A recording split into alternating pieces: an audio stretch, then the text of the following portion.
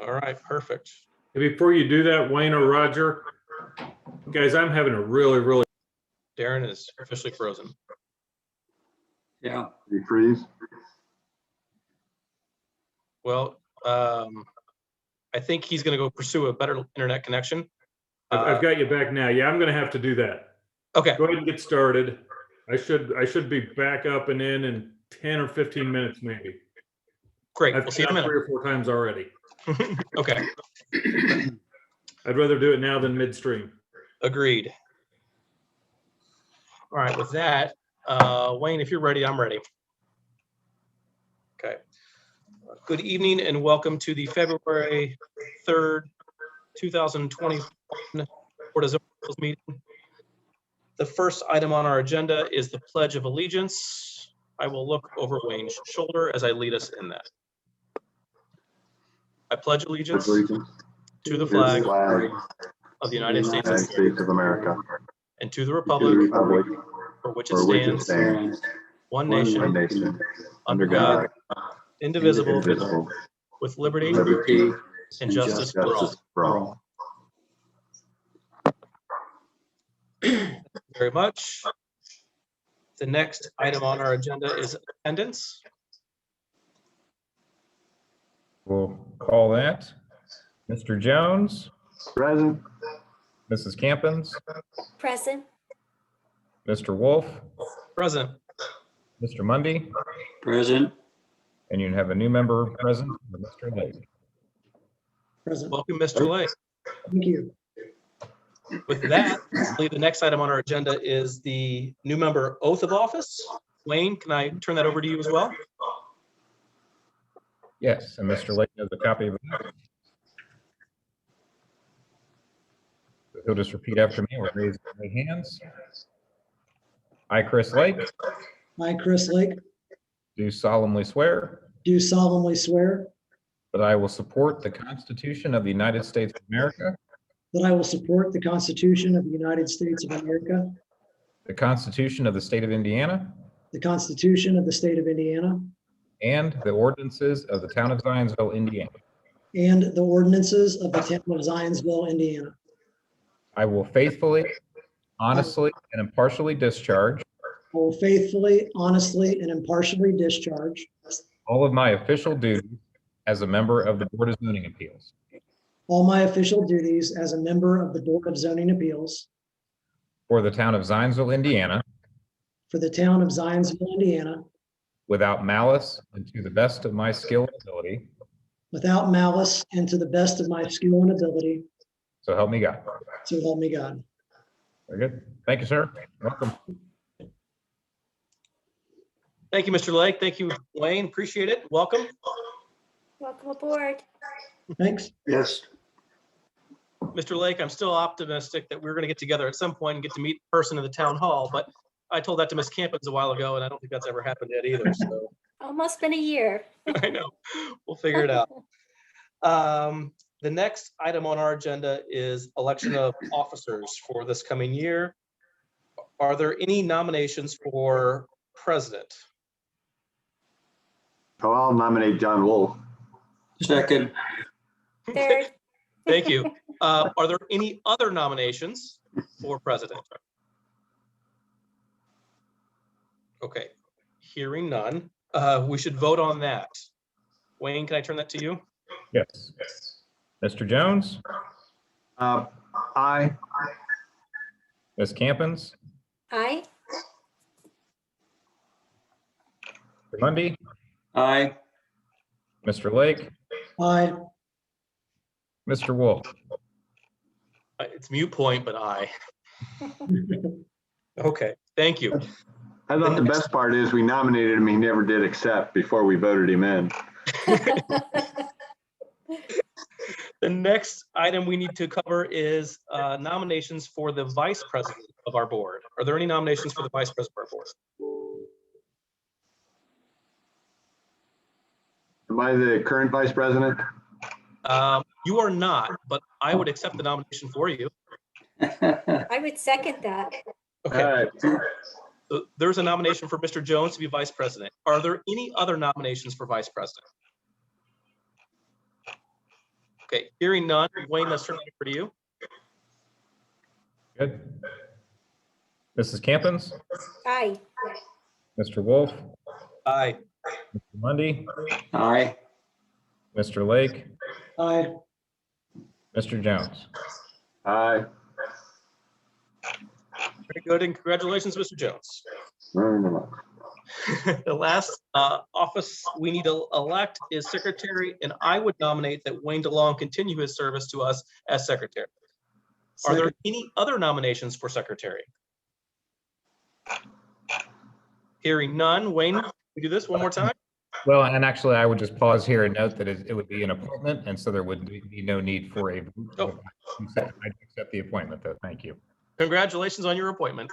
Yes. I believe that covers our election of officers. The next item on our agenda is the approval of the January 6th, 2021 meeting minutes. With that in mind, Mr. Lake, you can excuse yourself from this vote because you didn't participate in that meeting. Yes, I will abstain. Thank you. Thank you. So with that, is there any conversation or discussion amongst the group about meeting minutes from January 6th? I was not at that meeting as well. Oh, thank you, Ms. Campbell, you're right. Yes. Mhm. It was, Mr. Monday, Mr. Jones and I were just having a good time. That's all right. Steve or Larry, one of you is going to have to either make a suggestion on a fix for these minutes or a nomination to approve them as submitted. I move to approve the minutes of the January meeting. Thank you. Mr. Jones, would you second that motion? Second. Thank you very much. Wayne, I'll turn this over to you. There will only be 3 of us voting on this. Yes, go through a roll call of Mr. Wolf, Aye. Mr. Mundy, Aye. Mr. Jones. Aye.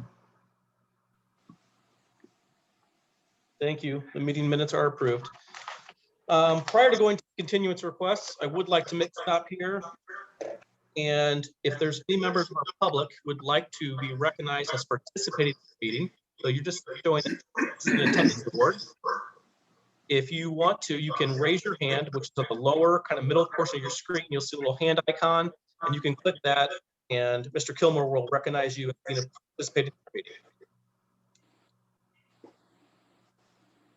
We do have a number of hands going up. I'll give them just a moment to get in.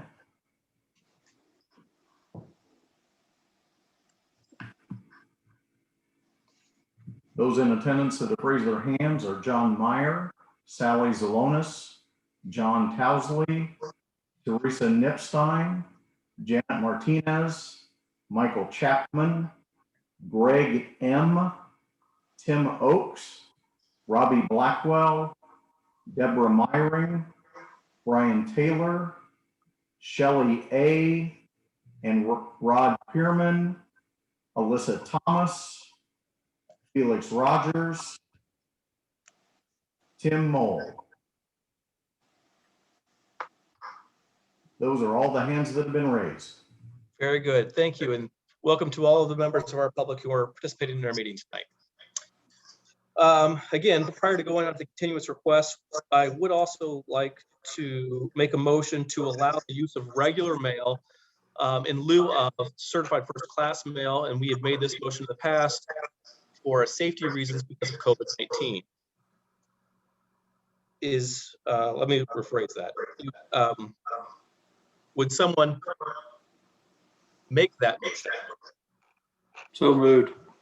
Thank you, Mr. Mundy. Is there a second to allowing the use of regular mail in lieu of first class mail?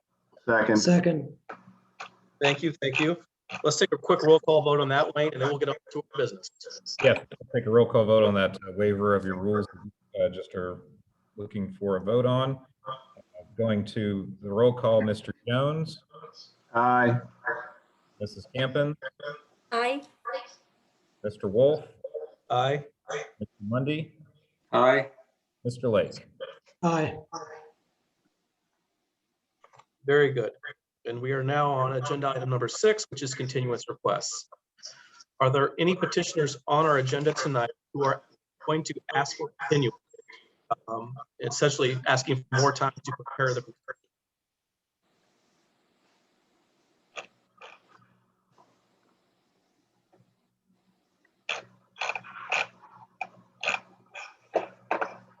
Roger, do you see any acknowledgement there? You're on mute, Mr. Gilmer. Yes, I promoted Mr. Tim Oakes. Very good. Good afternoon, members of the board. Tim Oakes, representing the petitioner on the first item on your agenda, which is a continued matter involving parking on Outlot I in Appaloosa Crossing. I just saw the revised architectural drawings and plan today. That'll be submitted to staff, I suspect, tomorrow. And because we haven't had an opportunity to get the plans in time for them to be reviewed, we request another continuance to next month. This will be the last continuance request, and it is very possible that this could very well be withdrawn before the next hearing. So with that, I ask for a continuance to next month. Thank you, Mr. Oakes. I want to make a note that next month's meeting, I should have in front of me, I believe is on the 3rd. Well, discussion amongst the group regarding Mr. Oakes' request to continue that petition. I move the docket 2020-38A-DSV be continued to the March 3rd meeting. Thank you, Mr. Mundy. Is there a second to that motion? Second. Thank you, Mr. Jones. Wayne, can we do a vote, please? You're on mute. We are getting a little bit of an echo here, so probably the best thing to do is, if you're not speaking, to just go on mute. Not sure what our quality issue here. It is intermittent. Roll call vote. Mrs. Campins, Aye. Mr. Wolf, Aye. Mr. Mundy, Aye. Mr. Lake, Aye. Mr. Jones. Aye. Thank you. That petition is continued to March 3rd. Mr. Oakes, we'll see you next month. Maybe we won't, actually. We'll find out.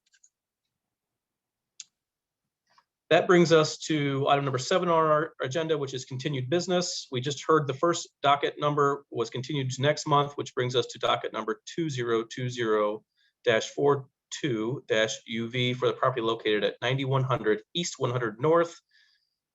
Could we please promote the petitioner or the petitioner's representative? I'm in the process of promoting the representative, Jason Luking. Mr. Luking, if you could please provide your name and address. Yes, can you hear me okay? We can. Okay, yeah, my name is Jason Luking with the law firm of Stoll, Keenan, Ogden, 300 North Meridian, Suite 1650 in Indianapolis, Indiana.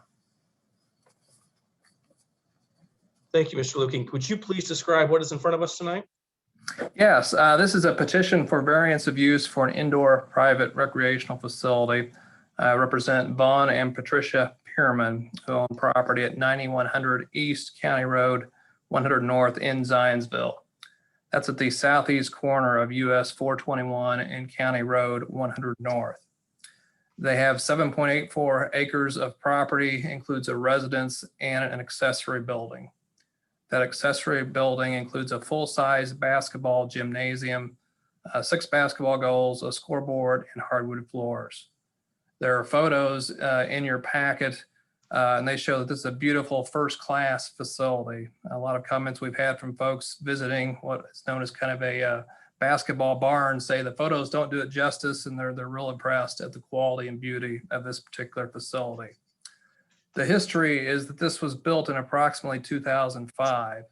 At that time, Boone County zoning issued the building permit and a gymnasium was constructed, and recently paved parking spots were added to the facility. There are 22 paved parking spots located to the north, immediately north of the facility.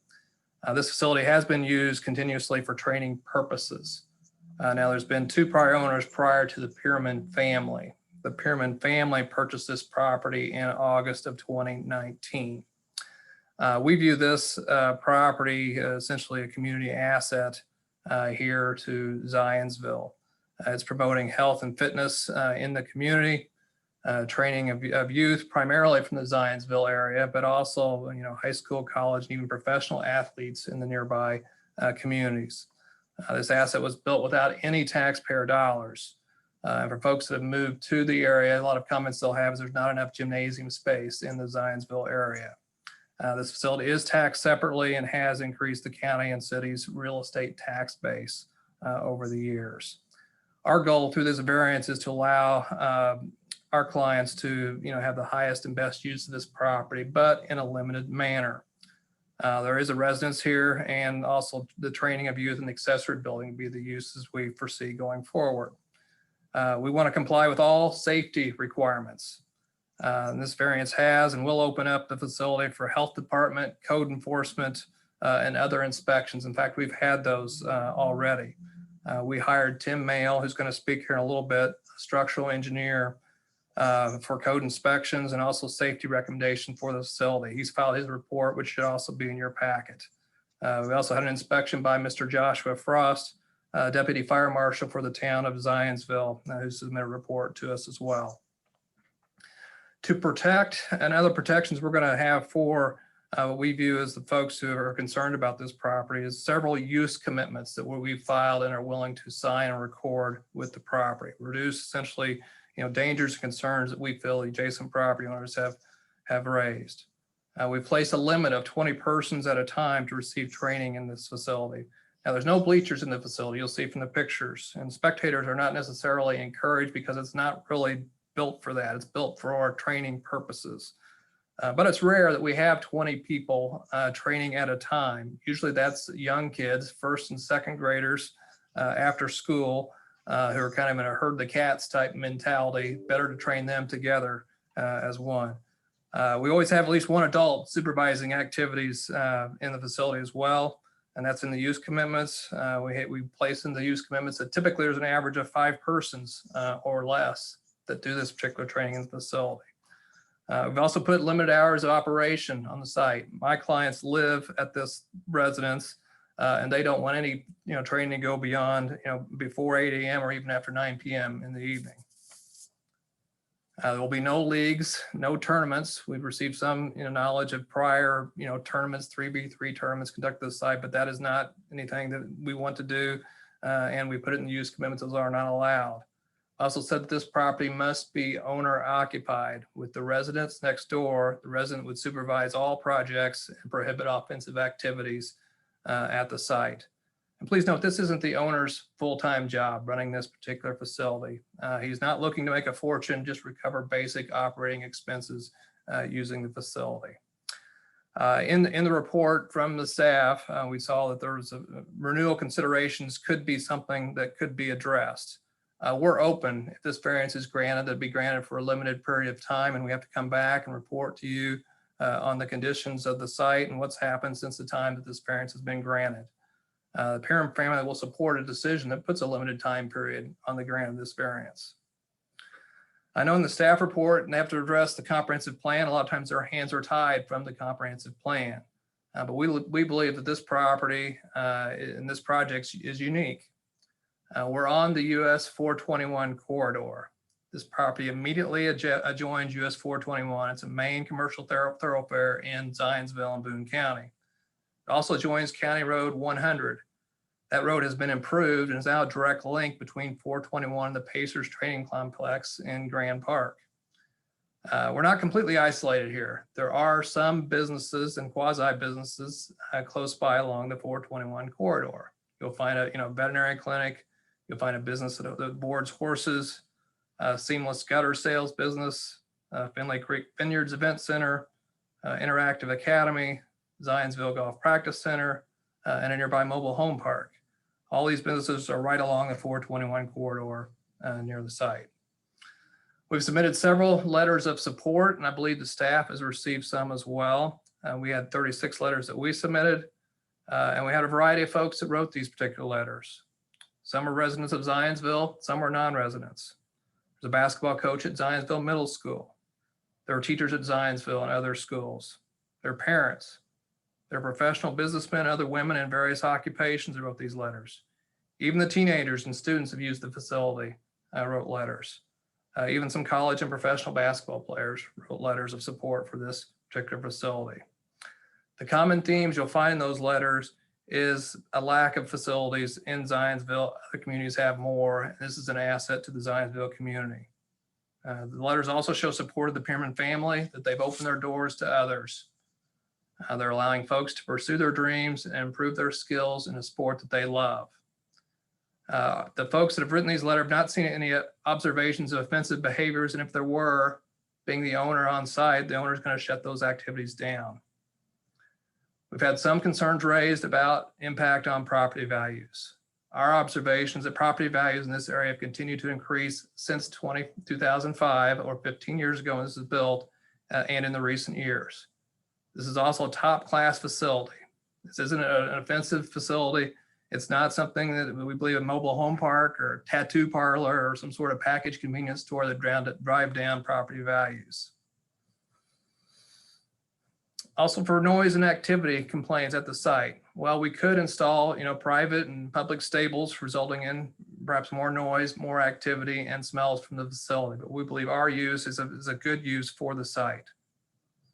And to conclude, we would request approval of variance. We believe that would support the highest and best use of the property in a reasonable manner, encourage youth participation in sports, and also continue use of valuable neighborhood asset. And like I said, I want Tim Mail, a structural engineer associated with my client, to speak next. He's going to discuss safety and building code issues for the property. Thank you. Mr. Kilmer, can we get him promoted? I am promoting Mr. Mayo. Can you hear me?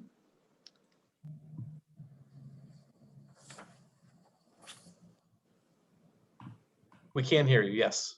Okay, good. My name is Tim Mail. I'm the president of Mail Engineering Incorporated. It's located at 99 East 106th Street in Carmel, Indiana. I'm a licensed structural engineer and code consultant. I was hired by the Pearmans to look and assess the building for compliance with the Class 1 structure. State of Indiana defines a Class 1 structure as any structure that is used or occupied by the public or by employees, by 3 or more tenants, and site improved that affects persons with disabilities. So it's imperative that this building for the use be considered a Class 1 structure. We met with Josh Frost with the Zionsville Fire Marshal. He came out and looked at the building and gave us some insight into what he thought possibly would be safety items that could be added to the building. I've put plans together for the building and they're in the packet, I believe. There's 3 plans. There's elevations, which is A101 that shows the exterior of the building and the clouded areas on there show what we intend to do or what we propose done for the building. A102 is just a floor plan of the building. It gives you a general layout of the building and the general size and dimensions of the building. It also shows the locations of Mr. Frost's suggestions and my opinion on bringing this building into a Class 1 type structure. The third plan is considered a life safety plan. It's a plan that shows egress from the building in the case of emergency. This building is wide open. It's not an office building that has interior partition walls where you have to find your way out. But I still recommended to the owners of an addition of another exit to avoid confusion in the time of an emergency. I suggested that we place another exit on the north elevation at the east end of the building. This is because when you're on the south area of the building against the wall, if there was an emergency, you might not realize that an exit is directly to the east of where you're at. But if you're standing there, you can look, you will always remember the door you came in, but you could look across the building and see that there's a second exit. I thought this was an optional item. It's not required by the building code, but it was just my suggestion.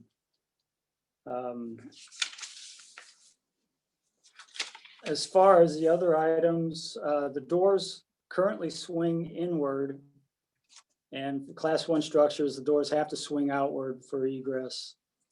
So they will be reconfigured in an outward swing, and panic or bump hardware will be added to them to operate the doors. That's on all two existing exits and the proposed exit. A suggestion for an ADA compliant grab bar above the toilet in the bathroom would make the bathroom facilities ADA compliant. Class 1 structures need at least one ADA compliant bathroom. Mr. Frost is the Zionsville Fire Marshal, and he suggested also that the stairs up to the mezzanine, the interior, the underneath section of the stairs be covered by type 1 or type X sheetrock, 5/8 inch type X sheetrock. That gives it a 1 hour fire rating, which is not required, but is a good idea. And the owners have accepted this. Replacing the smoke detector in the mezzanine area was another suggestion. And the building code requires a ceiling height not less than 7 feet. So in the mezzanine area, the ceiling does come down to about 5'6". So the mezzanine will be blocked off and walled off so that there's a minimum of a 7 feet ceiling area. The building is non-fire rated construction, as it is not required to have fire rated construction. The size of the building is 6,800 square feet. It's an A3 occupancy. A3 is building or occupancies like art galleries, exhibition halls, libraries, museums types. And this is what this building would be considered. An A3 structure does not need a sprinkler system according to the building code if it's less than 12,000 square feet. This building is 6,800 square feet. So a sprinkler system or fire suppression system is not required by the code for this occupancy and this size. I think that's what I've got prepared for tonight. If you've looked at the plans and have any questions, I'd be more than happy to answer any questions. I think I only have one. I'll certainly turn over to the board before we go back to Mr. Luking. But I guess my question is, and this sounds like your area of expertise, but not mine. But this is not, as it sits today, a Class 1 structure, correct? That's correct. So it was not built for use or to be occupied by the public. Well, I wasn't around at that time. Things do get built non-conforming, let's say. So I believe that it probably was built for public. There are just few minor items that are needed to change, like the door swings. I believe that they're minor items and can easily be done to bring this into a conforming Class 1 structure. So the suggestions you've articulated tonight are to get it in line with the Class 1 structure and to improve safety for the public, correct? That's correct. Okay, very good. Do we have any other questions for Yeah, the I've got engineer one, on this John. project? Yeah, this is Chris Lake. Hi, Tim, Chris. if this is not a Class 1 structure today, and you're converting it to a Class 1 structure, even though it's been operated like that in the past, does the petitioner not have to submit that to the state of Indiana for review, given it's a change of occupancy, and then meet all current code standards such as the energy code, given that they're changing the filed use or unfiled use to an A3 occupancy, which is probably not what it was intended to be when it was built? No, they're not changing the actual use of the building. They're not changing any structural configuration. Any structural members aren't being cut or removed or modified. It is just basically, I'd consider it just fixing errors in the construction of the building, the original construction. So So it's always been a basketball court ever since it was built? that's right. Okay. Thank you. Are there any other questions for the engineer before we bring Mr. Luking back? I have a question. If this was always a basketball court, would it have required the alterations you're suggesting to be in conformity with the ordinances? Yes, it should have been built this way. It should have had the door swings out. It should have had an ADA compliant bathroom. And the other items, the suggestions by the fire marshal are not code requirements. So they aren't what it had to have been done in the original construction of the building. But the door swings are the major item.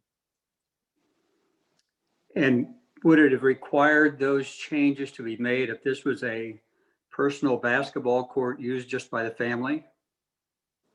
No. Private structure used by family, it wouldn't have had to be in a Class 1 structure. Class 1 structure is required when it's open to the public. Thank you. Is this area served by sewer or is it all on septic? Well and septic. So was the well and septic system designed for a 20-person use on multiple occasions during the course of a day? Yes. Really? One toilet, one sink. The septic field Yes. was designed for what could be a 100-person use on any given day. Yes. In my opinion.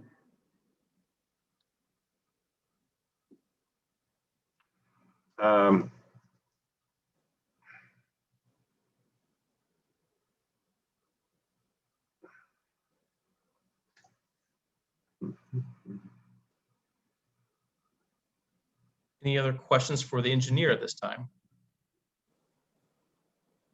Okay. Thank you for your presentation. Can we get Mr. Luking back? I should still be on. There you are. Perfect. I'm sure my fellow board members have some questions. I'll probably take lead off on this one. How many hours per week do you feel this facility will be in use? Or hours per day, if that's an easier number. I'm not going to hold you too accountable. I'm just trying to get a scale of the intensity of the operation. Yeah, that might be a better question for my client, but could I have Rod Pearman answer that question? Sure, but why don't we wait on that one? I'll get back to that one. Okay, all right. And then we'll come back to it. Are you, or was your customer or client, excuse me, aware that this location was cited for the exact same thing prior to their ownership? I don't believe they had knowledge of that site. Okay. And then this is something I know you're going to be qualified for, so we can, and then we'll go maybe to your client and see if you can answer the intensity of use question. But as you know, we're obligated to adhere to the findings of fact. And one of the findings of fact, there's 5 that we're obligated to honor in this particular petition. And one of them is that there is a hardship for the property. Can you describe the hardship for the property?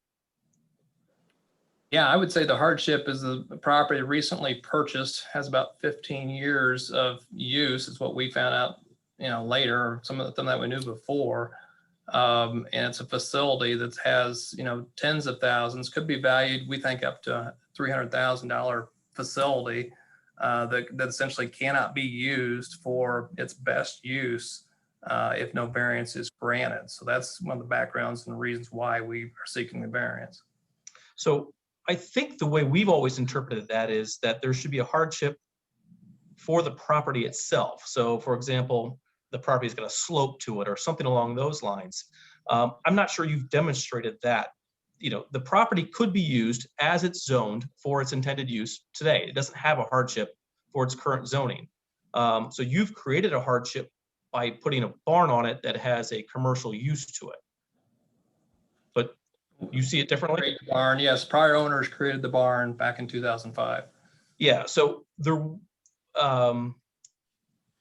if the barn wasn't there, there's not a hardship. Correct. And if they're not using the barn for a commercial existence, there's not a hardship.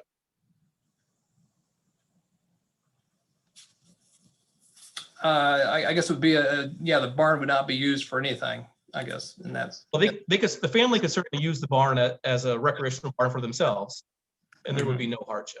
Yeah, we believe it's a hardship not to let it continue to be used by the public. Wait a minute. We're going to have a lot of people speak to this tonight, and I agree. And I have 2 kids who play basketball. These are nice facilities, but that doesn't make it appropriate for this particular location. But with that, I think we may have some more questions should we stick with Mr. Luking right now? Larry, it looks like you may have a comment. I just want some clarity. If I'm hearing this correctly, you're saying that a 15-year violation of zoning is the hardship. We believe, it's been allowed. We could argue this is a non-conforming pre-existing use that was just ignored over the years, but we're not aware of any prior violations or citations have been issued prior to the one we found out that was issued to the prior owner a few years ago.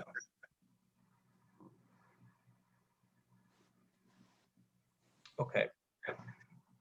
Do we have any questions I kind of have one open question, which was kind of the intensity of use. And the petitioner's representative thought maybe that the petitioner would be best for that. Does anybody have any other questions for the petitioner's representative right now? I'm not sure who would best answer this, but Mr. Luking, you tend to indicate that this facility has always been used in the manner in which it's being used now. Some of the letters of remonstration have indicated that this was done for the kids of the family. They may have had friends over, but there was never a commercial enterprise going on there in terms of training, practice, or any other form. Can you answer to that, or is that something that it's history, I realize, but certainly the letters have indicated that that was its prior use and its use early on. Yeah, some of the letters, and I've gathered some of the facts from the letters of support that were sent in, that folks trained here, in 2005 and beyond. You would come there all the time to train or frequently to train over the years, or the year and a half that my folks have owned the property. Does that answer your question? I'm not sure. Yeah, I think Mr. Pearman can speak to that too, on some of the knowledge he's picked up from the prior owners. There may be people in the audience too that have a little more history on the training at the facility and who's been there, who's been training. Is Mr. Pearman available to speak to us tonight? I believe he is. Okay. Mr. I mean, like, let me rephrase that. He's hired you to do this. Does he want to speak with us? I have a couple questions potentially for him.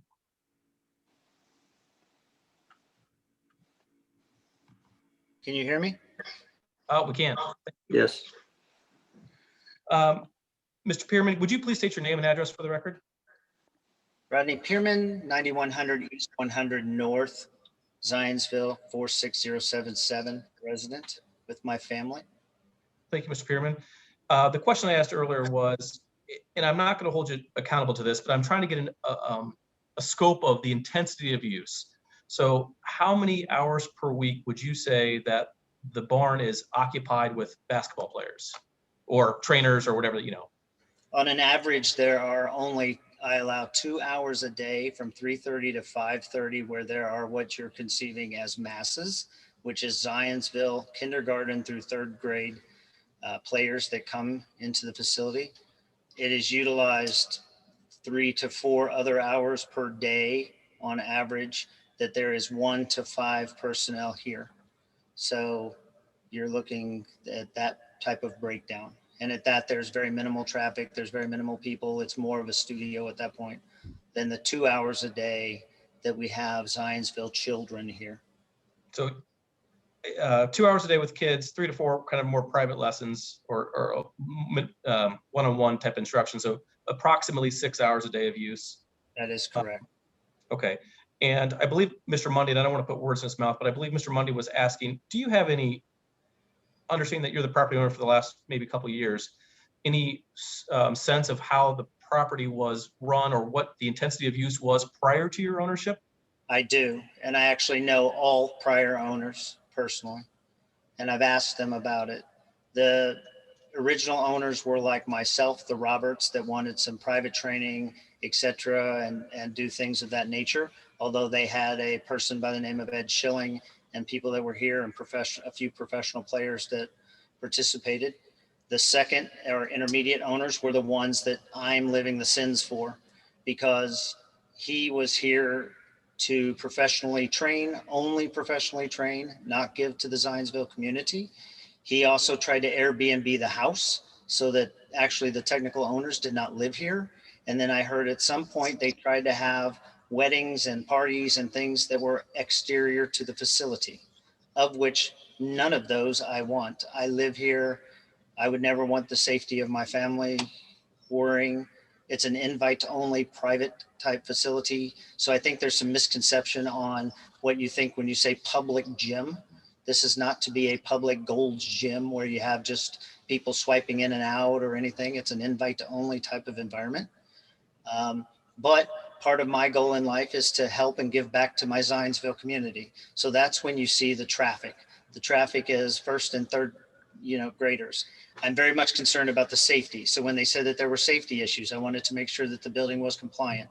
I did not realize that doors going in versus going out, if I have people here, were a problem. So I want to fix that. I never, even until I was just drawn away from someone saying that this place was cited previously, never knew that. I know that there's been hearsay and there's been stuff, but I was never told Joey Burton or whomever or the Jalen's received a $2,500 fine. I know that this whole noise has gone on and there's a whole separate subject matter to this that we have not and or going into at the moment.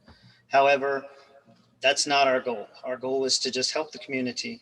To the other question as well, I'd like to address, which was on the assessment and the hardship. I personally take a hardship to it because when the assessment of the house was done and I went to purchase it, having no knowledge or anticipation of making this a commercial facility, was told that it was $250,000 more than what would be if this structure wasn't here because of the facility and everything else. So I was missold something that I would have purchased for about $500,000 that I purchased for over $700,000 because of the fact that it had a class, what I would call a pristine building, which you can't see, but it's behind me. So that is a hardship for me, that I'm going to have to swallow a pill that I purchased something that I was told had an assessed value of almost $200,000 to $300,000 that I now can't use except for my child to play basketball. So I accept that as a hardship. Yeah, we traditionally haven't necessarily thought about financial hardships on those types of acquisitions as actual hardships. The hardship rule is generally defined as, is there something wrong with the property that prevents you from using it as it is, as it's zoned for? Let me rephrase that, as it's zoned for. But and our attorney could probably say it even better than I could. But I want to follow up with a couple things you said. And I lost my train of thought. And just interrupting a bit, and I apologize. When I purchased this house, I purchased this because my son was involved with sports, and I just wanted to have a place for myself to have a man cave or whatever, if you want to call it. I did not know at the time of any thought of this was being used, leveraged, people coming here or not. I bought the house with no intent. COVID actually brought out the most of how I could also help with buildings and places and businesses being shut down, and how could I help my community? As a coach of youth, I noticed that Zionsville did not have the facilities like where I came from in New York City and or Fishers in our move when we first came here, that had a plethora of places for children to go to and a safe place for people to be. Okay. Fellow board members, do we have any questions for the petitioner, or the petitioner's representative, or the engineer? Mr. Pearman, you say when you purchased it, you had no intention of commercializing the facility there? Absolutely not. And I take a little bit of offense to my neighbor saying that I sent out a letter that was misleading. When I sent out the letter, my child was playing on a 5th grade or 6th grade team, and their team was practicing here. So that's all that was practicing here, was his 2 teams that would come in here and practice then himself. Only during the onset of COVID and everything, and when a friend of mine that was training my son was put out of work and everything else, we said this would be a facility that could help others because they have no place to go. So that's when we thought about, and again, it's not to be commercial, but to recoup. There's an extensive amount of money that it takes. I mean, the heating bill alone can be over $1,500 a month just to have it heated. And it's a large facility. So I should be able to recoup those. I'm not looking to make millions of dollars off of this facility or have traffic. It's to make back what we have, but in the offering of the people. Mr. Pearman, have you spoken with, we did receive several letters of support from all over our community and some other communities. And we also received some letters of remonstration, and it mostly surrounding your immediate area. Have you had meetings or spoken with any of these neighbors on this subject matter? Quite ironically, we've attempted numerous times. My next door neighbor, who we've told the stories of the people and how exciting it has been for my son to see a famous person in here and get knowledge and skill sets from them. And they've said, and they've agreed to it, but then they mention ethnicity, and they don't appreciate ethnicity in this area. I'm not trying to bring that in as a he said or point out, but it's ridiculous that what we're going through with that part of it. They've never come here. I've asked them to come in and see the facility. I've done my best to be a part of this community and try to help it. Yeah, we've offered to talk to them. They said that people go on their property, so I put cameras outside to monitor those areas so that there's no way, or there will be legal proof that will show who did it. I mean, the goal, I'm worried about my family as well, so I would never invite someone on this property that would be of any offense or defense. So if I could paraphrase what you said, Mr. Pearman, you feel like you've made a concerted effort to reach out to the neighbors and communicate with them. And yes, absolutely. I mean, I've spoke to my next door neighbor who is worried for his family and everything else, and I'm trying to do whatever I can to ensure the safety of this area. There's never been a police report, and I'm installing and doing and plowing and whatever I need to do to make a person feel safe. That's my goal. Very good. Any other questions for the petitioner's representative, or the engineer we spoke with? Just to clarify, the barn prior to your ownership was used for the same purpose that you are using it for?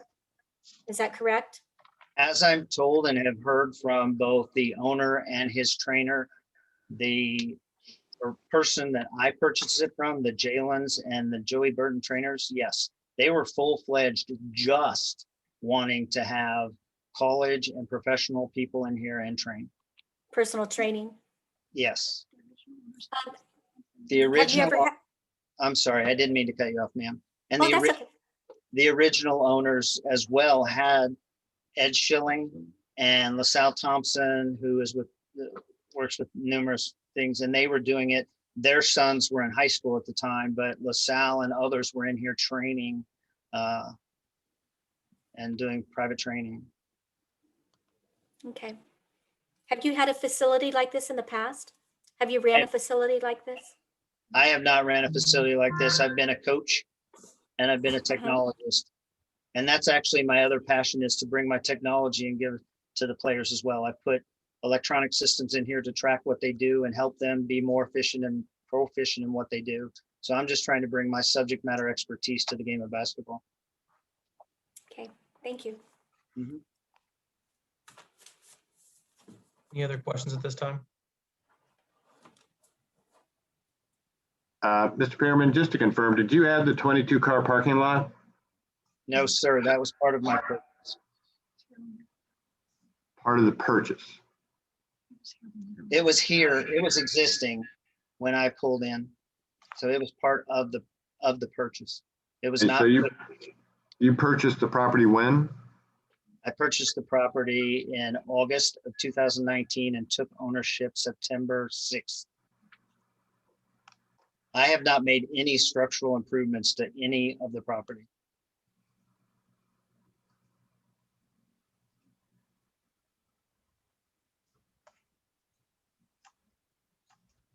Good discussion. Any other questions? Oh, I have one.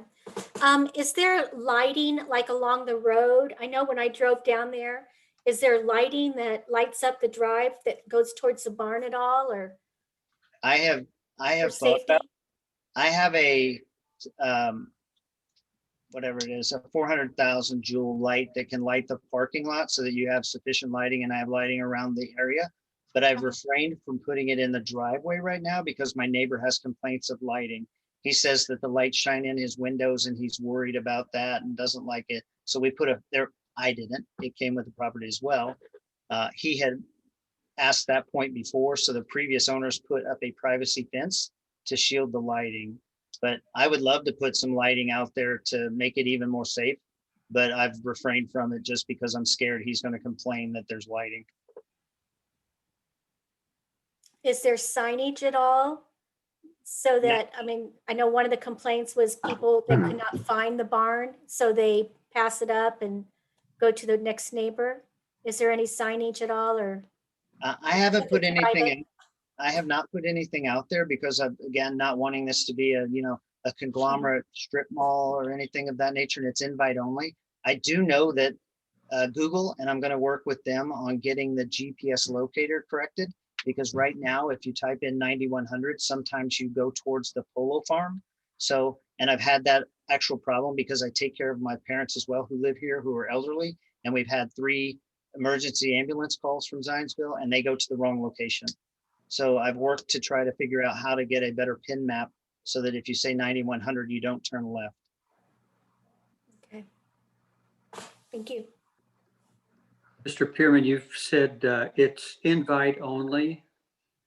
And the group that's there, the 2 hours are first to third graders, is that right?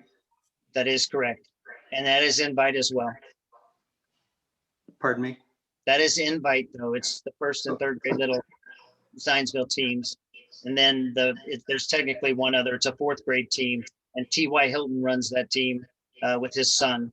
So they know and come here too, but it's a team that's been invited here. Okay, and the others, when you say invite, is this through the school system or just how do you source those that you invite? I'm working with IBA who has Zionsville teams. So he puts together the people that live in Zionsville so that they don't have to travel all the way into Indianapolis to practice, and they practice here. And you said an IBA? Indiana Basketball Association. Okay, thank you. Academy, sorry.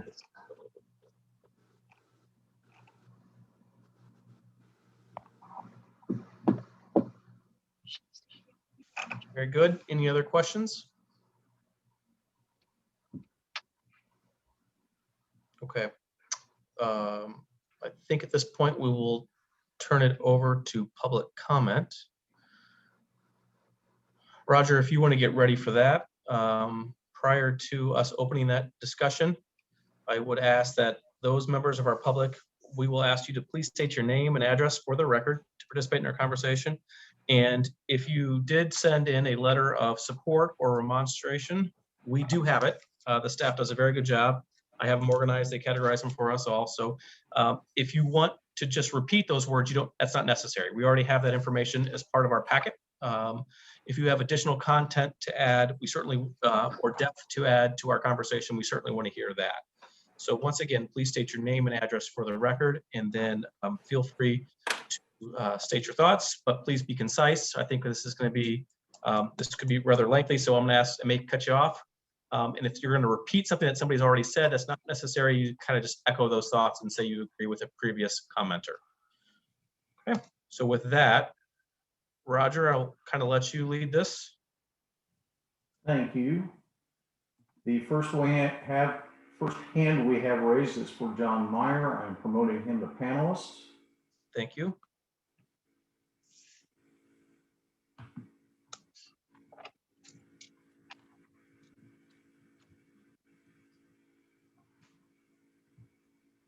Hello, my name is John Meyer. I live at 9376 East 100 North, Zionsville, Indiana.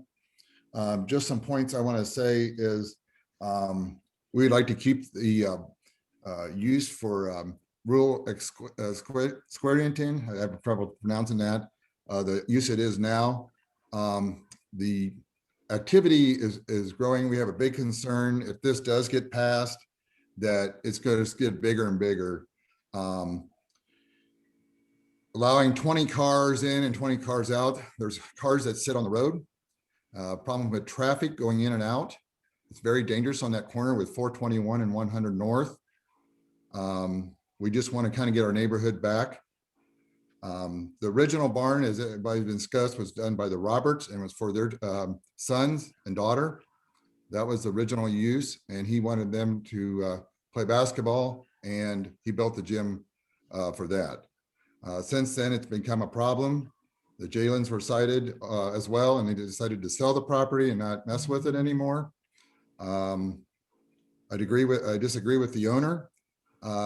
He told me he knew ahead of time what it all had happened. I feel like the hardship is not on the money thing at all. I don't think there is any hardship in this situation at all. So I would like the board to deny this. We don't want to begin a business, a bunch of businesses out here. We moved out of the city to get away from that. If Mr. Pearman feels like that is something he wants to do, then it should probably be done in a certain commercial area. The barn could be moved. I know it's expense on that, but that's where we're at. We want to have our neighborhood back and not have all this traffic in and out on a daily basis. There's some, like some said, there's as much as 60 cars coming in and out of here. People waiting to get in and out. You can't get through on the road because you got people waiting for the other cars to get out, to dump out between the hours of 3:30 to 5:30, as he said. I may not be I may be off on the hours there, but it's a lot of times it's all day, 24/7, a majority of the time, and it's just something we don't need in the neighborhood. Thank you. Okay. Thank you, Mr. Meyer. So I think what I heard your concerns were is that you're concerned about traffic and also the fact that it may get more and more intensive use. If we allow this, it may get more excessive use, and you would prefer that the area stay zoned as it is today. Right. There's a lot of safety issues. A lot of us neighbors have all got hit by people pulling out in front of us. So there is a big safety concern, especially with the road being paved now. People are driving faster through here. We have people turn around in the drives all the time, or they'll see us out. They'll ask where the basketball facility is, as was stated earlier. It's just annoyance, basically. And okay. I've been here for 15 years, and it's just every owner's got worse and worse on this situation. Mr. Mr. Meyer, have you spoken with Mr. Pearman directly about this? Yes, we talked about in April, probably March or April last year. Okay. He said he was just going to use the use for his sixth grade boy at the time. When the COVID, the state lifted it on May 1st, that's when the business increased dramatically. It wasn't just sixth graders. We've got people driving in and out of there. You got professional players, you've got college players. It really got busy as of May 1st. Okay, thank you very much. Thank you.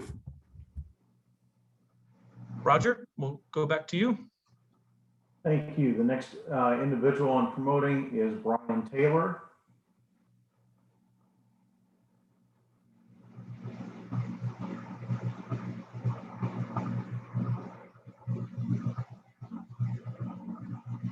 All right. Sorry, cut out there. You got me? We do. All right. Good evening. My name is Brian Trailer. I live at 10319 East 100 North. I'm a mile to the east of this property. Want to agree with the staff report and the staff recommendation for denial on this. There is no hardship. This property, if the idea of the hardship is a financial one, then that's just a financial mistake, not a hardship on the property. This property has been an ongoing issue. If the owners, as they said, were buying it without intention of using it as a commercial property, then going back to not using it as a commercial property should be no hardship. In addition to what they, what they were already expecting as a primary residence. The idea of the ethnicity is just, I take offense to that on behalf of all of our neighbors. That's not it. Has nothing to do with that. I think that's kind of a cheap shot and not appreciated. So on behalf of the neighbors, that's just not the case. We have a good group of people out here and take great offense to that. So that's all I have. Thank you. Mr. Trailer, I think if I could summarize your concerns, your primary concern was that the hardship was not met in this particular petition. Not met at all. Thank you. Thank you. Could I ask a question here? Certainly. Mr. Trailer, could you comment on any traffic issues that you've observed as a result of the facility there? You know what? My comments would strictly be speculation because I live a mile to the east. Like I said, I can't say exactly where the cars are coming from. I do know that there are cars going at a high rate of speed. Is it because of the basketball court? I can't say that it is. It may also be partially just because our road's been paved in the last year and a half or 2 years, and that's caused a little bit more traffic and faster. So I won't use the traffic because being a mile away and I can't directly see the property, I can't say that that's definitely where the cars are coming from. Thank you. Really?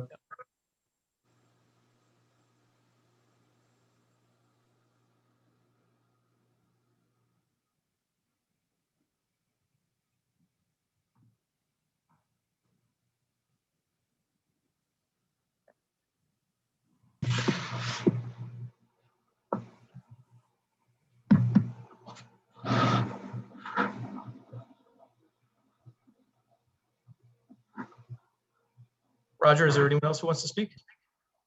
Yes, sir. I'm promoting Greg M. No last name provided. Thank you.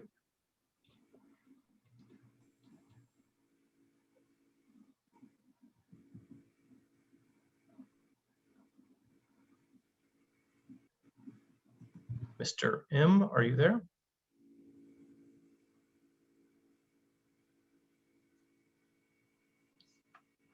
I would also note that while we're waiting,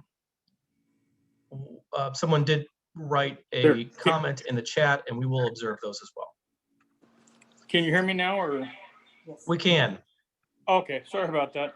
No worries. Yeah, Could my you name- please state your name and address for the record? Absolutely. Greg Myring. I'm at 9401 East, 100 North. I'm just on the same road as the Piermans.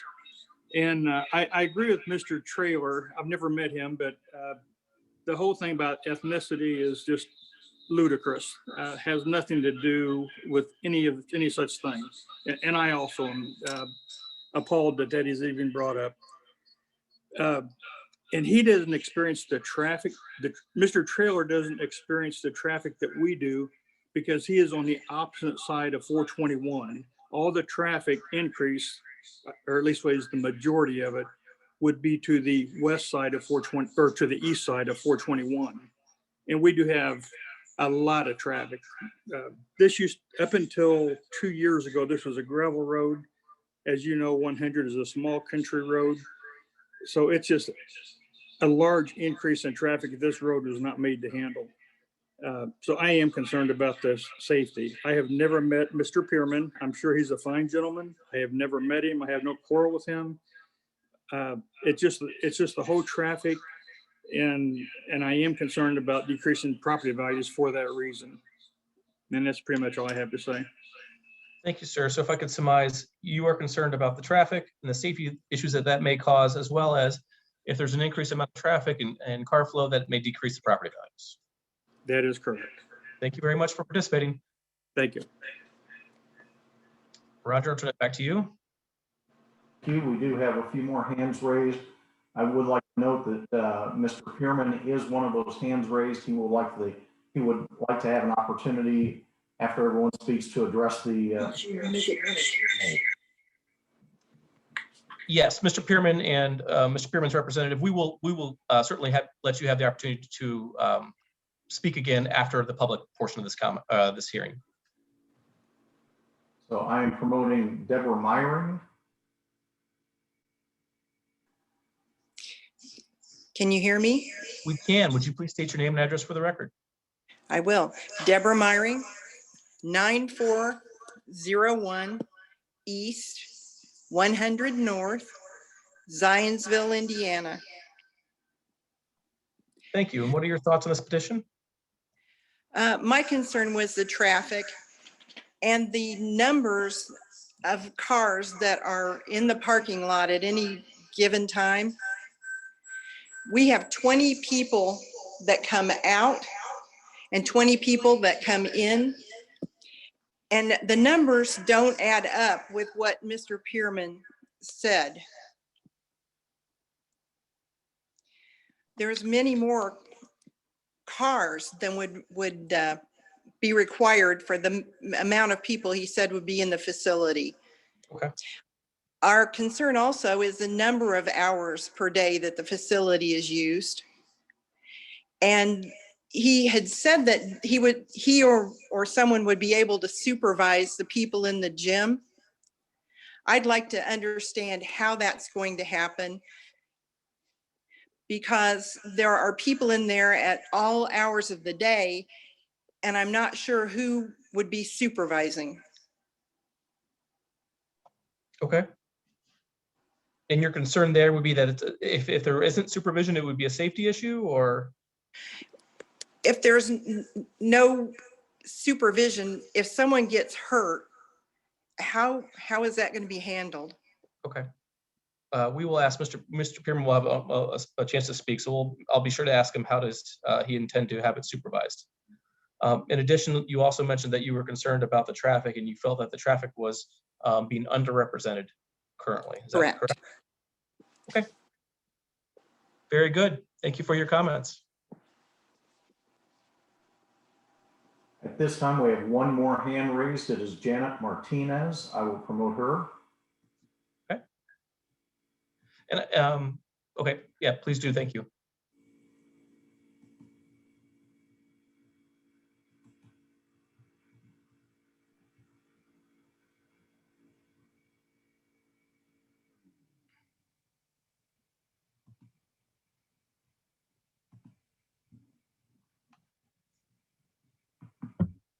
Sorry, I was muted. I'm here. That's okay. My name is Janet Martinez. I live at 1041 North US Highway 421. I live on the north corner of 421 and 100 on the east side of, right across the street from the Okay. owner. I have a lot of concerns, of course, but traffic has been one because sometimes they will park in the side of my property in the grass. I think that happens when they have so many cars that people don't want to wait to get out, so they want to park their cars along the road. I've had that happen to me several times. The traffic is a concern because I've walked across my street and people are pulling out of there and pulling out of there, and I can't get my mail. And I know the road's busy all the time, but I've been almost hit by someone who's pulled out from that side road, crossing the street to get my mail. And that's, you know, a big concern of mine. We've lived there 61 years. We've had that, not 61 years. We bought the farm in 1961. And my dad bought it, and our family has had this farm that long. And we're very concerned about the value of our property with this facility going up over there. The idea that would you want to build a house across the street from this gymnasium? If we had to sell our land for my mother, to take care of her, would our value drop tremendously? I believe it would. Also, I don't think it's adding any value to our community out there. I think it's going to hurt our little community, and we need things that are going to, help the area and keep our peaceful country setting the way it's been there since 1961 for us. Okay. So what I think I heard you say was you have concerns about traffic and the safety that comes along with the increased amount of traffic. Yes. Your concerns about the property values, and that would someone want to, would it decrease the property values, or would someone be less likely to build a home across the street from a facility like this?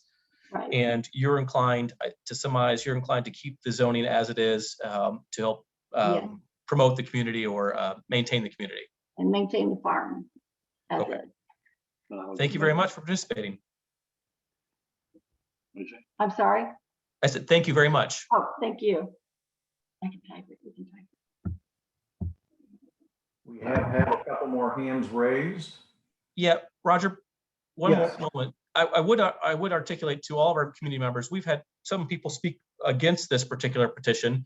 I did see one comment in the chat. If you are in favor of this, you're also welcome to speak. Again, please be concise and don't repeat the same points over and over. But this is not just those who are against the petition. You may also speak if you are supportive of the petition. So with that said, Roger, please continue. Voting Teresa Nipstein.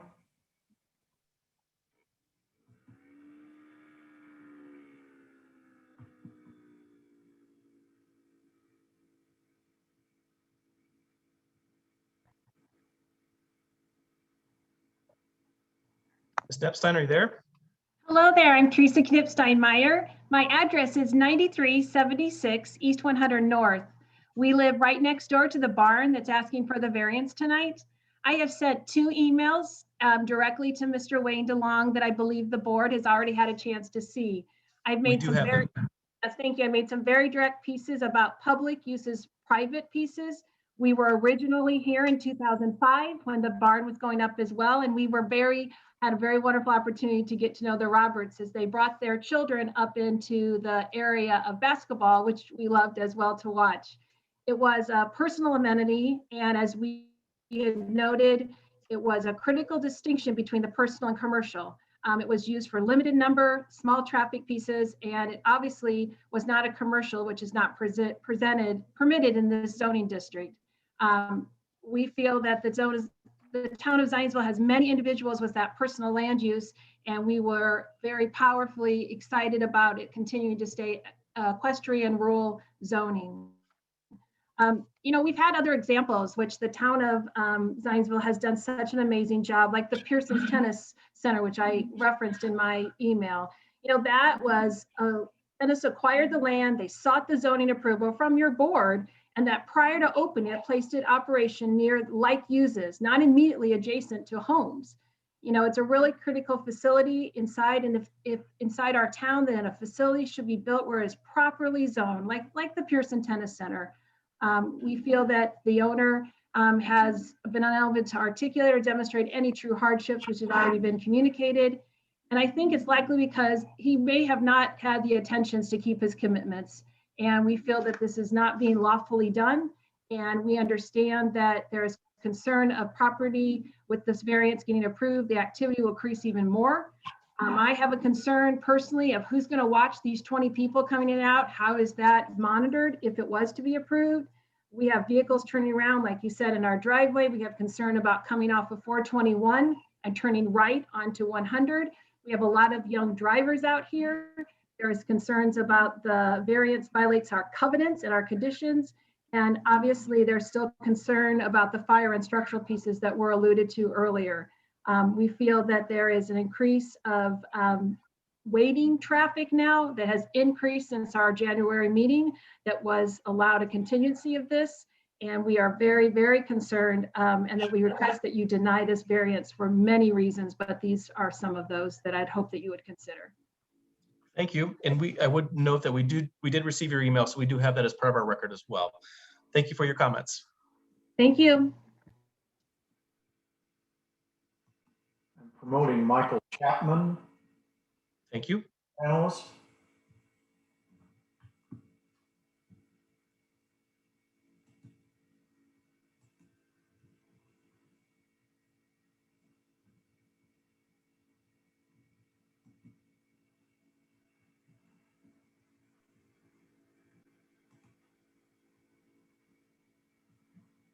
Are you there? I am here. Perfect. There you are. Mr. Chapman, please state your name and address for the record. I'm Mike Chapman. Live in Spring Knoll Preserve and have been in Zionsville since 1987. Grew up on a dairy farm in Southwest Indiana, so I have total, I think, appreciation for the change that's taking place out here on Michigan Road and concerns that the neighbors have.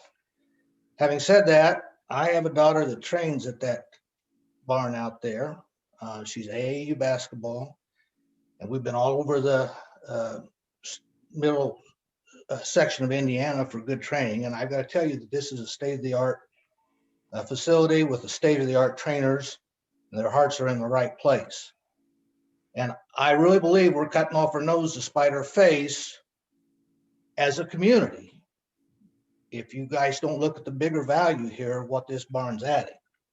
The technology that this man has in place is above and beyond anything that we've seen, and we've been looking for 3 or 4 years for this type of training out there. So I certainly appreciate having come from a farm, a low farming community, the concerns, but there should be some way that we can keep this open for personal training here in Zionsville. We will be so much more competitive in 3 to 5 years as our teams will be here at the high school if we allow this to continue. If we don't, it's going to cost us. So we've heard a lot from the neighbors. I know there's lots of letters that have been written on behalf of this barn, and I'm a little disappointed we haven't had more of us step forward and say something here this evening. Thank you, Mr. Chapman. So if I may summarize, you think this is a first-class facility as well that provides excellent training as well as a asset to our community? Beyond question. And we're really, I can't imagine not allowing this to go forward. We need this. You have to drive, drive an hour one way to Finch Creek just to get good training out there. And to have something like this close to Zionsville, you're going to increase the competitiveness of this community and its athletic sports out there. It's a mistake to close down this barn. Okay, thank you, Mr. Chapman. Roger, I'll turn it back to you. Hand raised.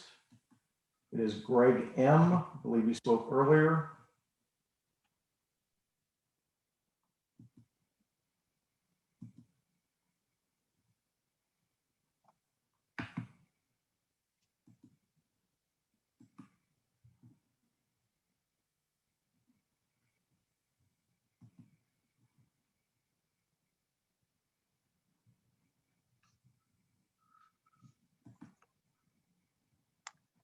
Go. I think I'm on. Are you there? We are. I'm sorry about that. Yeah, I just wanted, if I could get a clarification on the private use versus commercial use. I would like for someone on the board to kind of explain that to me because I don't fully understand the difference. And then the other thing I would like to say on the letters pro and con, who's in favor and who's not in favor. The ones that aren't in favor are the ones on the immediate road that get all the adverse effects from it. I have no doubt it's not a first-class gymnasium, but if you lived in the area, I guess my question to you is, would you want to live on the road or right next to that barn because of all the adverse effects? And every neighbor that I know of is against it. So it's, we have a vested interest because we live in this neighborhood. Those that train at the gym get the amenities of the gym, but they don't get the adverse effects of it. But I'd just like to get a clarification on the private versus commercial use. I don't really understand that. Thank you for your comments. I will seek that clarification, and I'm going to do it from our town representatives. They can speak that language better than I can. So if you hang tight, we will have a staff report here in a few minutes, and I'll be sure to ask them that question. So thank you. Thank you very much. Roger, do we have anyone else looking to speak? Mr. Wolf, there are no other hands raised. I will remind you, though, that there were some comments in the chat. I don't know if you want those read into the record or how you want to address those. So I'm looking at them now, and I'm happy to, just for sake of conversation, I would encourage all of my board members to look at them. Is there any way we can capture those for the minute or for the minutes? Yes, we can do that. Okay, perfect. So if I just went back to them real quickly, there is a person, Mr. Sloan, that is fully in support of the petition. And then Mr. Pearman, we're going to talk to him in just a moment. And then Caleb also was very in support of the petition as well. Feel like it's an asset to our community. And then and Mr. Sloan was also concerned or didn't think the traffic impact based on the location was that much of an issue. Okay, if there's no further public comment, I will close that portion of our conversation. I do have some questions for Mr. Pearman and his representative, but perhaps now would be more appropriate for us to have the staff report. Thank you. Staff is happy to provide this information. As the staff report indicates, staff is not supportive of the petition as it's been filed.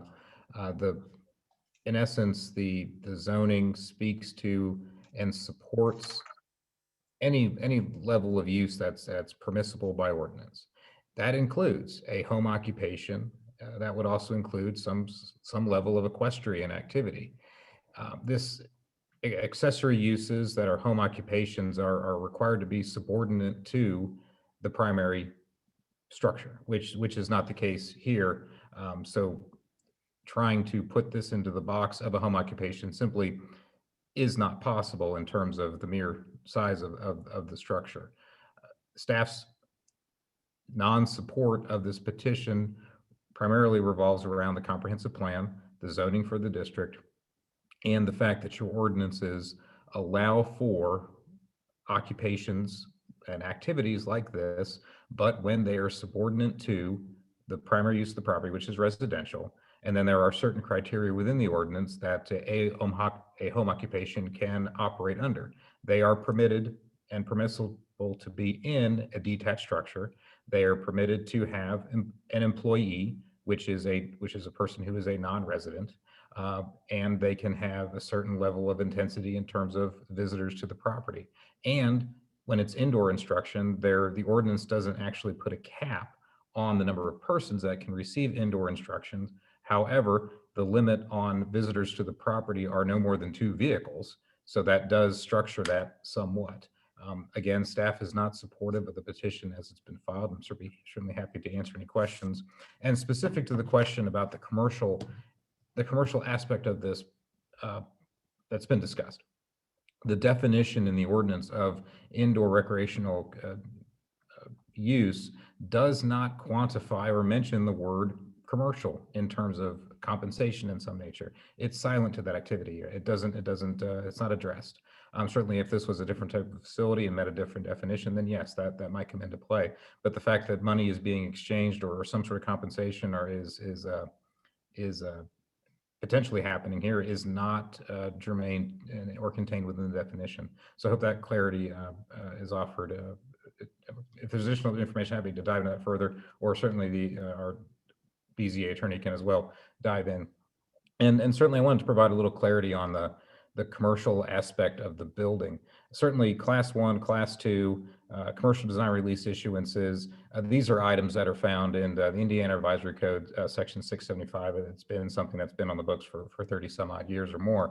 And be that as it may, I mean, I can only suspect that this building, just like it's been described, was originally built as a class 2 structure. The building code that's applicable in terms of commercial buildings was not applied by the county, and rightfully so. This was a building that came through for permitting, most likely as a class 2 structure for personal use, and at some point in time morphed.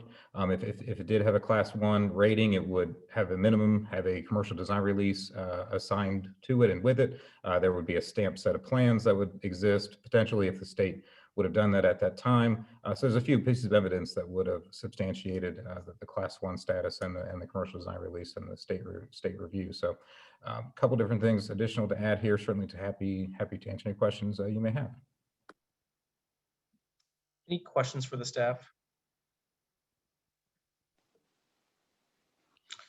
When we talk about home occupancy in that portion of our code, could you provide an example? And I guess maybe I'm thinking of like hairdresser or something along that. Would that be? Certainly. I mean, you could have a profession such as a beautician, hairdresser, accountant, lawyer. That could also be an equestrian sport, firearms training, discharge. These are, I mean, I mentioned equestrian is the rural equestrian area. That would be a permissible home occupation where a trainer would come in, offer training to students that are visiting the property under the employ of the property owner. So that's an example of an outdoor home occupation that it's very routine to see that in Zionsville and certainly Boone County. But certainly to your example, a hairdresser, beautician is another example. Thank you, Wayne. Any other questions before we speak with petitioner again? Wayne, I have a question. And I asked this earlier of Mr. Mole, but I find it hard to believe that you can operate as a class 1 structure without any approval from the state of Indiana. Going from a class 2 to a class 1 structure must require some sort of approval at the state level, because fire and building safety at the state level approves all class 1 structures. And Chris, I think what's going on here is that what the petitioner is doing is agreeing to bring the building up to a class 1 structure, but he's not saying he's going to go through the process of actually generating a architecturally stamped set of drawings and resubmitting them to the state for a class 1, for a building permit for a class 1 structure. Yeah. That makes sense? I mean, yeah, which is, I mean, it's nice, but I think to your point is if they'd come along to say they were going to build a basketball training facility and it was going to be a commercial structure built to a class 1 nature, they never would have gotten the permit if the land underneath had been zoned rural equestrian, correct? Am I right, Wayne? That is correct, and certainly a local building permit would be sought to facilitate the changes that are articulated in the information that's been provided to you. Certainly, we would question at that time, is what level of state permitting would be necessary related to the state building code at that time. Do we know if the neighborhood association, I assume they have a neighborhood association, they're in a neighborhood with covenants. Has the neighborhood association given their opinion on this use? I mean, we've heard from residents, but I'm not personally aware. I don't know if any of the staff on this call is aware of that either. Certainly, I believe their covenants do not allow this either.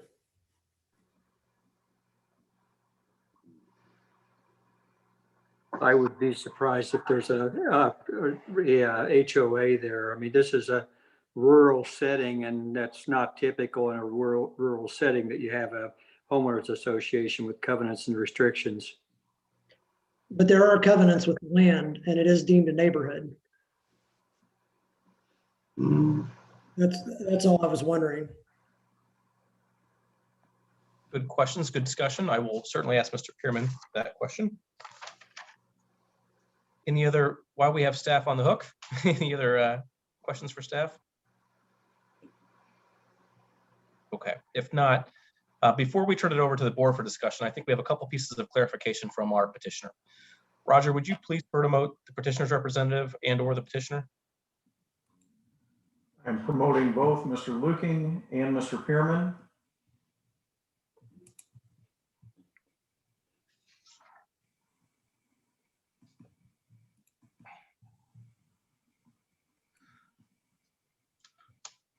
Can you hear me? We can, thank you. I'll go ahead first, and Rod may want to go with some of his comments. Certainly. Issue on the covenants, we're aware of the plat. The plat is for a 6-lot subdivision that was provided to the staff, and there are no sets of formal covenants like you would normally see in a residential type subdivision. Very limited. It does refer to the zoning code in that plat, but no restrictions like you'd see in your typical residential subdivision. As far as no neighbors supporting this particular project, we did submit the letter from Skylar Freeman and Natasha Freeman in support, and that was in our first set of packet that we submitted. Let's see, was the other question lawfully done? We believe we're going through the lawful process here through the variance proceedings to obtain a variance for the property. But I think I'll turn it over back to Rod, who I know has some input here. Yeah, I mean, this started with statements and addressing nothing in commercial side, but the processes were going on. So I have attempted to do the right thing and make this, and I'm open to any concessions or things it is. We're not trying to make a huge commercial business. If it's overwhelming, then you curtail down too. My problem was like, Mr. DeLong was speaking about, as a home studio business, it's unfortunate that this barn needs upwards of 10 people to be here to produce what it did. So that's the only reason that we're doing it. And we're trying to make sure that the variance, I'm not really interested in some conglomerate commercial business. Now, my neighbors think that, but a significant amount of the traffic, and to address some of those points, 100 has become a thoroughfare to get to Westfield and all of the new town, the residents and everything else, and the commercial area that is down there by 31. It was paved and people are using it as an alternate.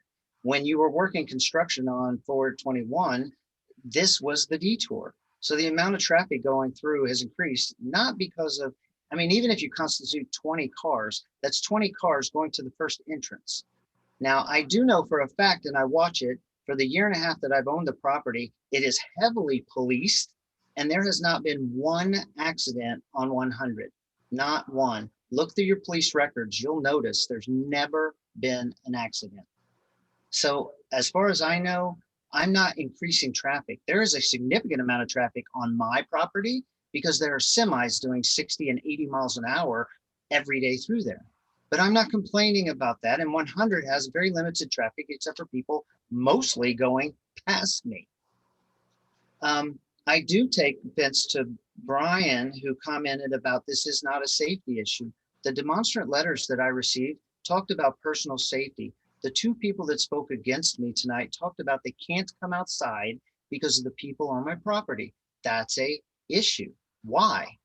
I do not want safety problems on my property. I make sure everything is invite only. If you want me to only have 5 people come on the property to train, then fine, let's concede to it and move.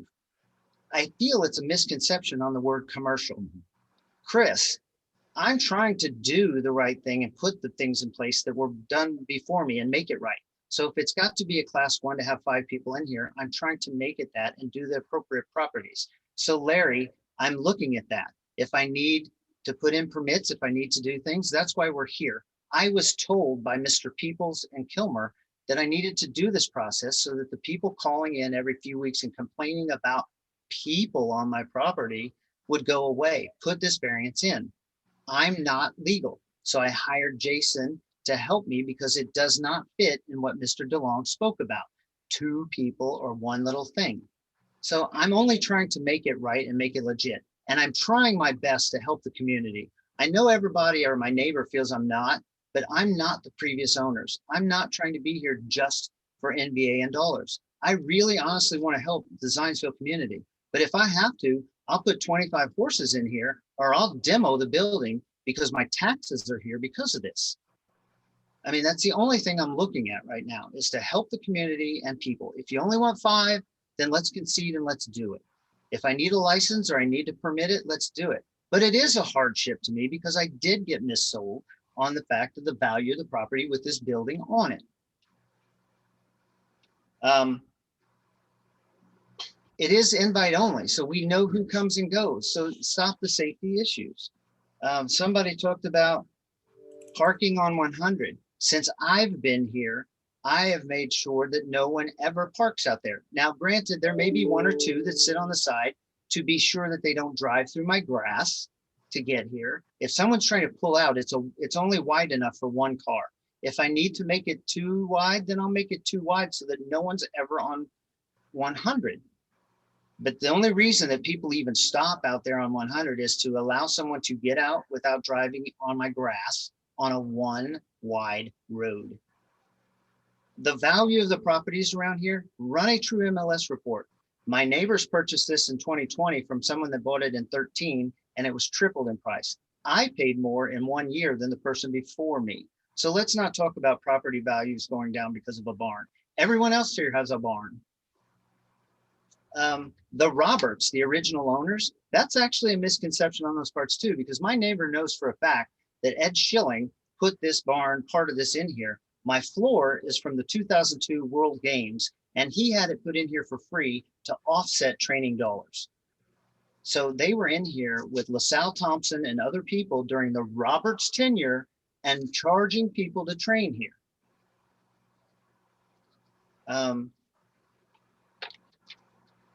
Mr. Pearman, there was also a question from one of the remonstrators about how you plan on supervising those who are here at the facility. That is correct. So I have an electronic lock that only a few people, which are mostly family members and my trainer, 1 per se employee that comes in here and trains. There are no other trainers allowed in here. There are no anyone that would, if you're calling it revenue generators or anything. I have Mr. Blackwell who's in here and he is here or I am here. There is never training before 7, 8 o'clock in the morning. And there's never anything past 8 or 9 o'clock at night that is not my family in here enjoying my barn. Okay. So that should answer that. But we are always here, and it is a safety. I mean, I'm very much concerned that, let's talk of it. If you say an NBA player's in here, if he was to fall and break his leg, imagine what my insurance would be. Okay. Or a Any child. other questions? I'm sorry? Or a child being in here. And sure. I mean, I honestly do. I mean, I can't say it any other way. It's a shame that I'm going to have to demo this building because of the fact that you don't feel that it's right to be an asset for the community. I mean, if I had to, I would love to partnership officially with Zionsville and say, here's your time for the space. And then allow me to, or my trainer, Robert Blackwell, to have some sort of a living, not trying to create this commercial environment of millions and millions of dollars. If it's 20 cars, let's take it to 10. Let's take it to whatever it's needed that this facility could stay in place. Any other questions or comments for the petitioner or the petitioner's representative? Mr. Pearman, I was unable to see, I believe you, through the chat, were put up a comment or 2, maybe more.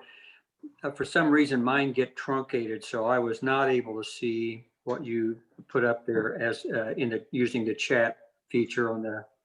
So if it was something you haven't, if it's something you've already covered, then fine, disregard. But if it's something that you put up and haven't covered, I was unable to see it. Yeah, I was just trying to ensure that as they were flying through and asking some questions that I was answering to them and we didn't forget it, because I do want to answer it. I had comments in there of ethnicity, so I answered them. I had comments on traffic, so I'm trying to answer them. So anything that my neighbors feel is an offense, I'm trying to work with them. Like I said, I put cameras up, I do things, I'm trying.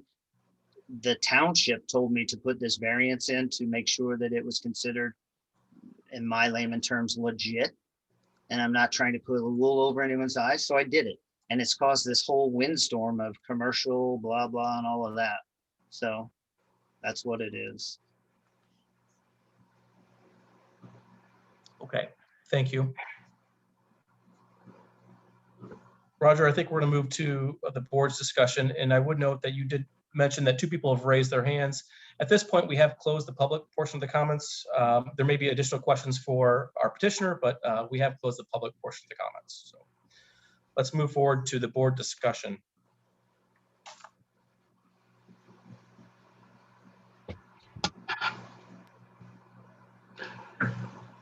Yeah.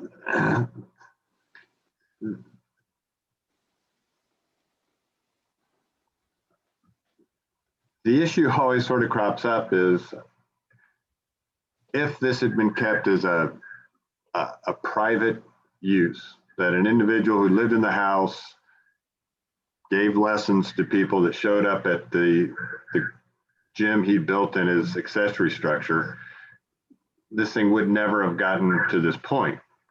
But once it started moving over that there's a 22-car parking lot out there, that's when all the issues start to snowball.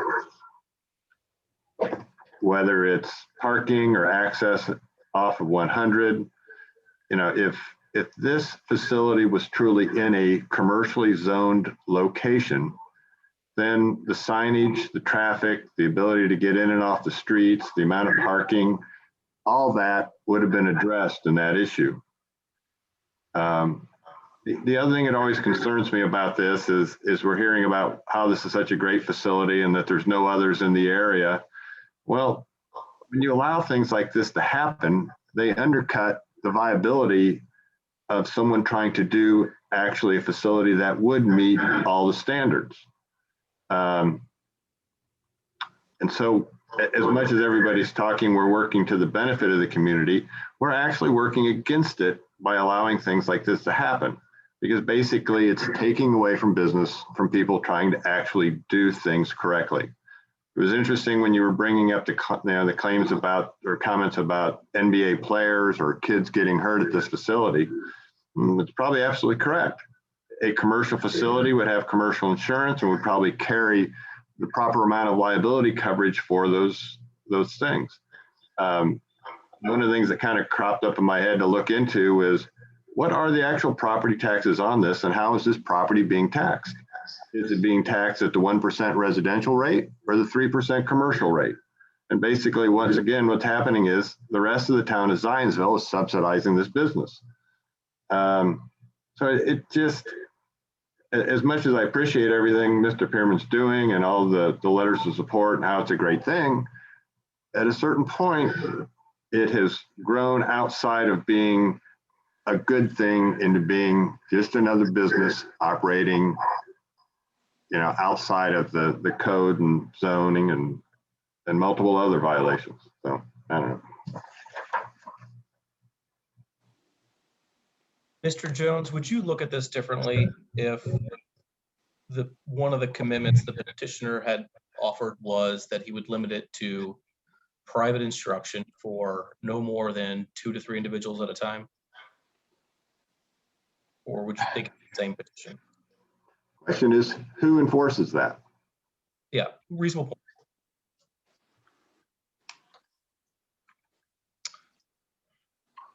Thank you, Mr. Jones. Any other comments from the board?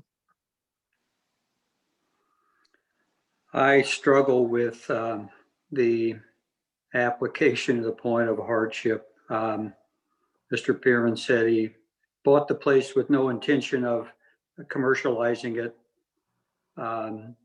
Yet it appears that is the hardship, is that the cost of maintaining and operating that facility is costly.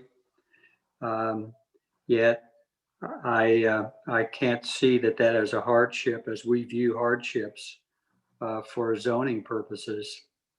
And I think the people who need to be listened to are the neighbors. They are the ones that have to live with additional traffic, people in and out. It is not zoned for that activity. Requesting that it be changed to allow that activity, I think this is one where we've actually seen the effects of it before it gets a chance to come to the Board of Zoning Appeals, and the neighbors don't like it. I can't see that the hardship has been caused by not allowing this change to be made. Thank you, Mr. Mundy. And I generally would agree with some of your thoughts. I think the hardship is a challenge here. The way we traditionally view meeting the hardship obligation, I don't think the petitioner has done that in this case. Also in number 5, I don't think it, I think it does interfere with the comprehensive plan. I don't think it's consistent with that. But the challenge is, this is a beautiful facility. Mr. Pearman is trying to, as far as we know, as far as we can tell, provide it to many of our community members. And I think that's a good thing. And we have several letters saying that they support this thing. And maybe even people saying that we're picking on Mr. Pearman. And that's not our intent at all. We are obligated to follow the rules and use the findings of fact. And we have zoning ordinances that benefit all of us in our community. And when things get outside of that, we have rules and procedures to kind of get back into conformity. And so I generally think the facility is great. I'm glad that he's done it for the community, but I don't think it's appropriate or legal as it doesn't follow our rules. And so I'm not sure if we have a position to move forward with him. But that's my 2 thoughts. And so if either of our other board members have any thoughts, I'd love to hear them. Otherwise, I would entertain a motion. I just wanted to add, if he's only owned the property since August of 19, in a year and a half, and that it has already increased in activity in that time, I'm concerned with the growth of that going forward. So it must have been known ahead of time going in that he would be using this facility in this form. So. Yeah, we did have one of the remonstrators state that they were concerned about the intensity of use and how it may increase. And I think that is echoed by your thoughts as well. And Mr. Pearman did say that he didn't think he was contributing to the traffic. The traffic was a result of other things. And there probably is an increased amount of traffic whether he's there or not.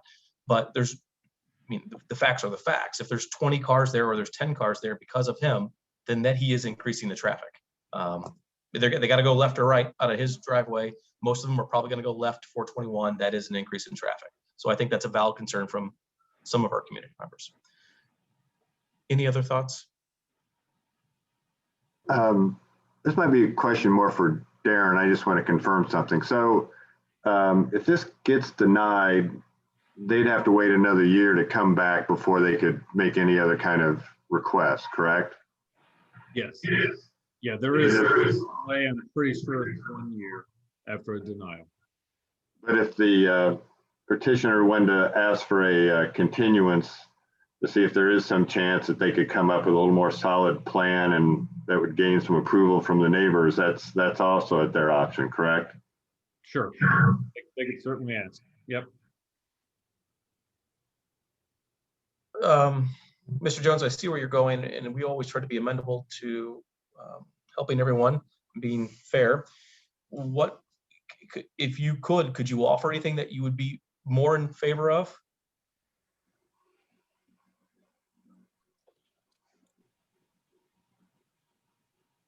So I was actually thinking about this the other day. What if their drive came off of 421 and took all the traffic off of the road to the north altogether?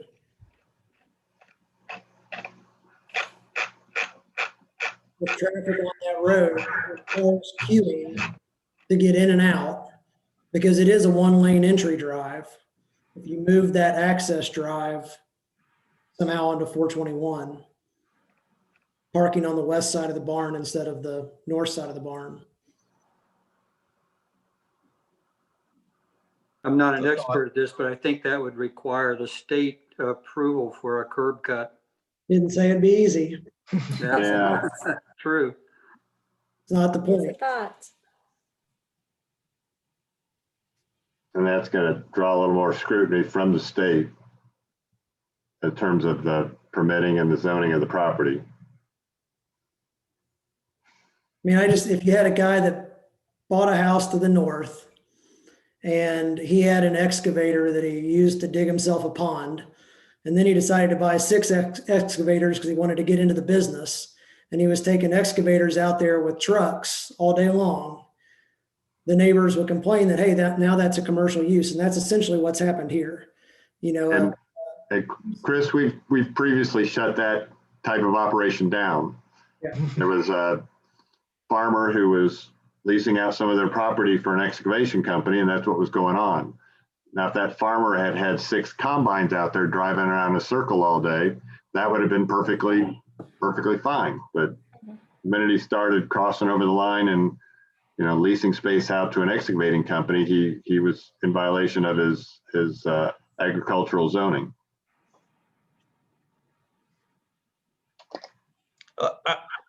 We need to move forward one direction or the other.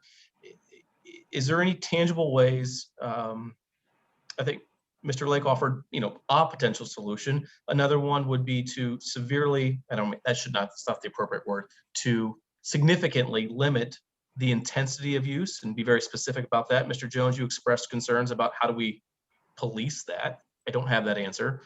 Board members, do we want, well, I'll leave it up to you. you could also simply widen the drive to make it so that cars don't have to queue to wait for some cars to come out before other cars can go in. That's another option.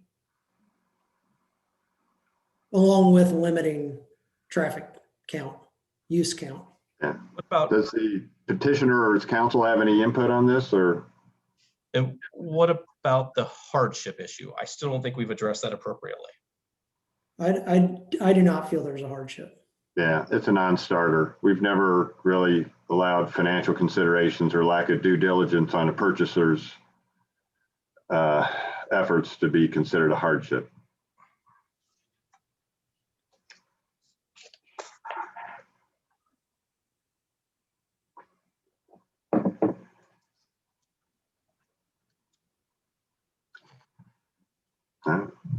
With that, should we bring the petitioner's representative forward, or do we have a motion? Let's bring the petitioner's representative forward one more time, see if he's got any input and see what happens. Okay, very good. Roger, will you please promote Mr. Luking? I will do that. And Mr. Pearman is also move forward also. Okay. Yeah, can you hear me? Can, thank you. I definitely think we would be, we could look at the access from 421 and the expansion of the driveway as a couple of options. I don't know if that gets us there. The number of users at the facility at a time, that could be something we looked at too as well. But that's not really nothing that Mr. Pearman and I have discussed. So I'd probably want to get some feedback from him on the other type of possibilities. Okay, and I guess to be excessively blunt, I don't think we have a hardship that we can adhere to at this point. I'm not saying there isn't one. I'm saying the one we have in front of us, I don't think we can give it a vote for this petition. The other ask is, if you're asking for a continuance, I want to be very specific. The expectation is that we've heard several concerns from neighbors. I think it's intensity of use. I think it's traffic. I think it's safety. And then my ask is the hardship. We would expect a with more time, we would expect those issues to be addressed. Yeah, and those are pretty tough to know, really. Well, it's up to you. We can have a vote now, or you can ask for a continuance. If I could ask a question, I was sent down the commercial path by Zionsville. This whole thing has blossomed from just some concerns with my neighbors, and arguably so, to justify this. But I'm trying to figure out the home studio, the invite, the beauty shop parlor. It's by invite, or I'm not invite, by appointment only. And if I need to be at X, then I should be allowed to be at some kind of meet in the middle. I do think the facility is not behooving to have one person, but there should be a limit. If it's, a 5 people for a team or something, and it's by appointment only, then what is wrong with that? My neighbor that's against it said that if it was 5 or 10 cars, he'd be for it. So let's meet where it's acceptable or amenable by my neighbors and get away from this commercial whole nonsense as well. Or this becomes a gun range or an equestrian farm. I mean, I'm forced in another direction because I don't need it. Okay, Mr. Pearman, I guess you're the boss here. You paid your legal counsel. So our ask was, I think you've heard the concerns, but I mean, maybe I sum them up with traffic, safety, intensity of use. And then in this may will fall back on your representative, but we do have to adhere to the findings of fact. And I think we have a trouble with the hardship. And I don't think you should use your monetary loss as a hardship. I think there may be a way of finding one, but that's not the one you can use. So with that, would you like more time to work with your neighbors and address those issues if possible? I have to at least figure out the correct way at which this should be presented, because if it's not for a recoup of finance, okay, but I should be allowed, or people should be allowed to come here. Now, if I need to just say my friends are in here and it's free, then that's what I'll do. But yes, I guess I need a continuance because I have to figure out. You're correct. I mean, I was sold a bill of goods, but now I'll go a different direction if it is. I'm not interested in making this a conglomerate commercial facility. If I could say something here, Mr. President, I have not heard anything that has made me believe that I would change my mind on this one, that the hardship would not be met, that the comprehensive plan is affected. And this is not bringing all of the constraints down to a point where everybody's happy. I don't think you're going to be able to satisfy that given the zoning that you have and the hurdle you have to meet it. So I am not in favor of a continuance. Okay. Mr. Roger, will you please just put the board back together? Yes, sir. So I'm allowed to have it in a gun range, I guess.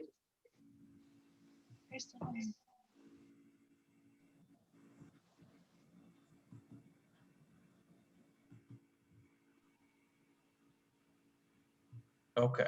Mr. Mundy, I think you raised an interesting point. Your comment is that, hey, I'm not sure if there's a way to get a petition we can approve. Any other thoughts? We have 2 directions to move forward. We can make a motion to continue this in hopes that the petitioner can find a solution, or we can make a motion to vote on this petition as it is in front of us. I feel like there is some good being done in the facility, so I'm in favor of a continuance. I'd make a motion to continue this. Thank you.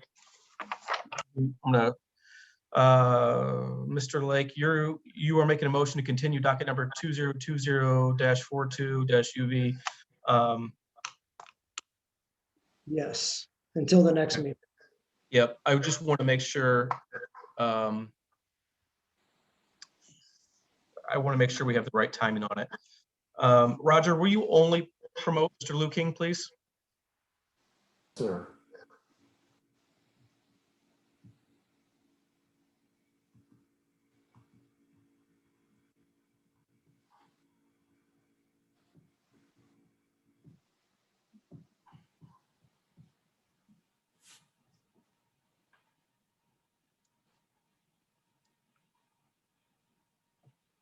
Mr. Luking, are you there?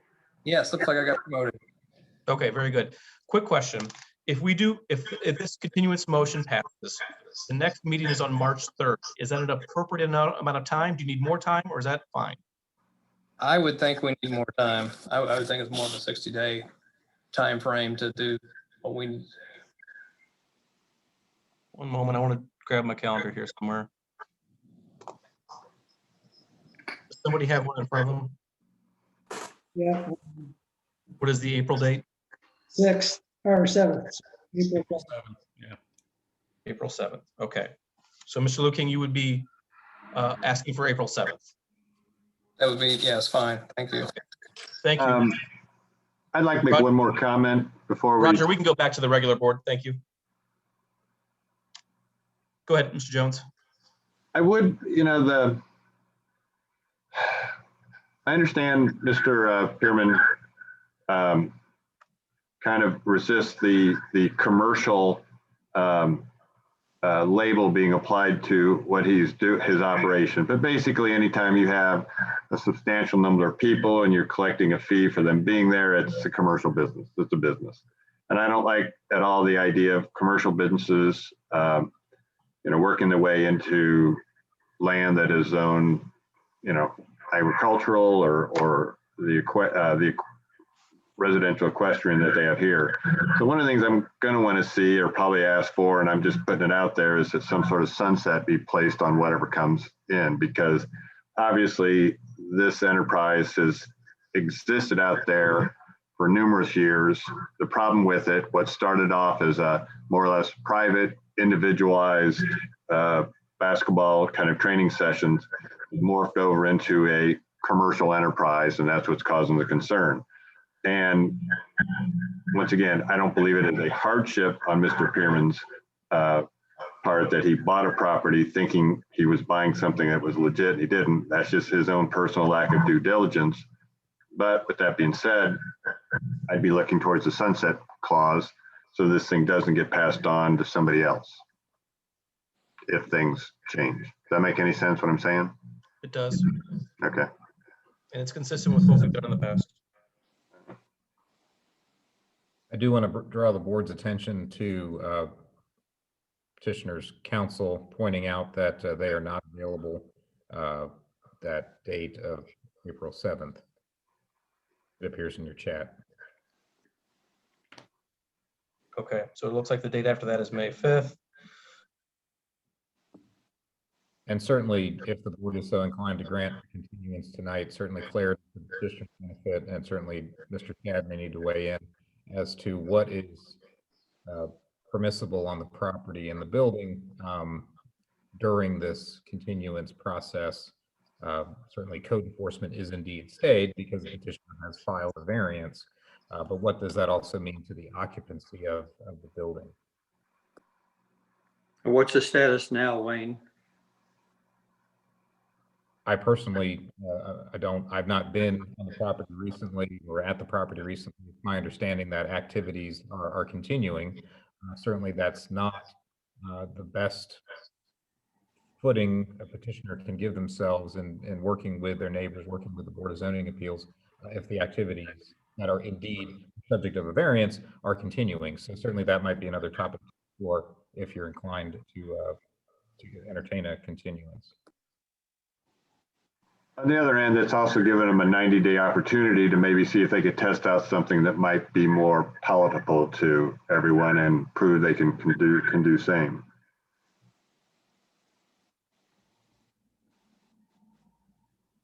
So, are you suggesting, in other words, Larry, are you saying let them continue to do what they're doing? Well, I'm saying that they now have a 90-day window is what they're asking for to come back before us. And that also provides them time to actually maybe put in place. The one time I drove by the property, there was 18 cars in the lot. So I firmly believe everything the neighbors are saying is correct. You go on Google Earth, you can go back a few years and see where they were parking out on 100. So the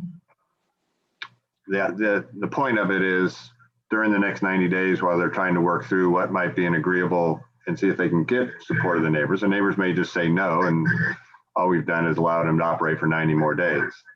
But they might be able to use that time to come up with a better working solution for all parts and have something that would be agreeable with the neighbors and more agreeable to us. And have proven they can abide by same.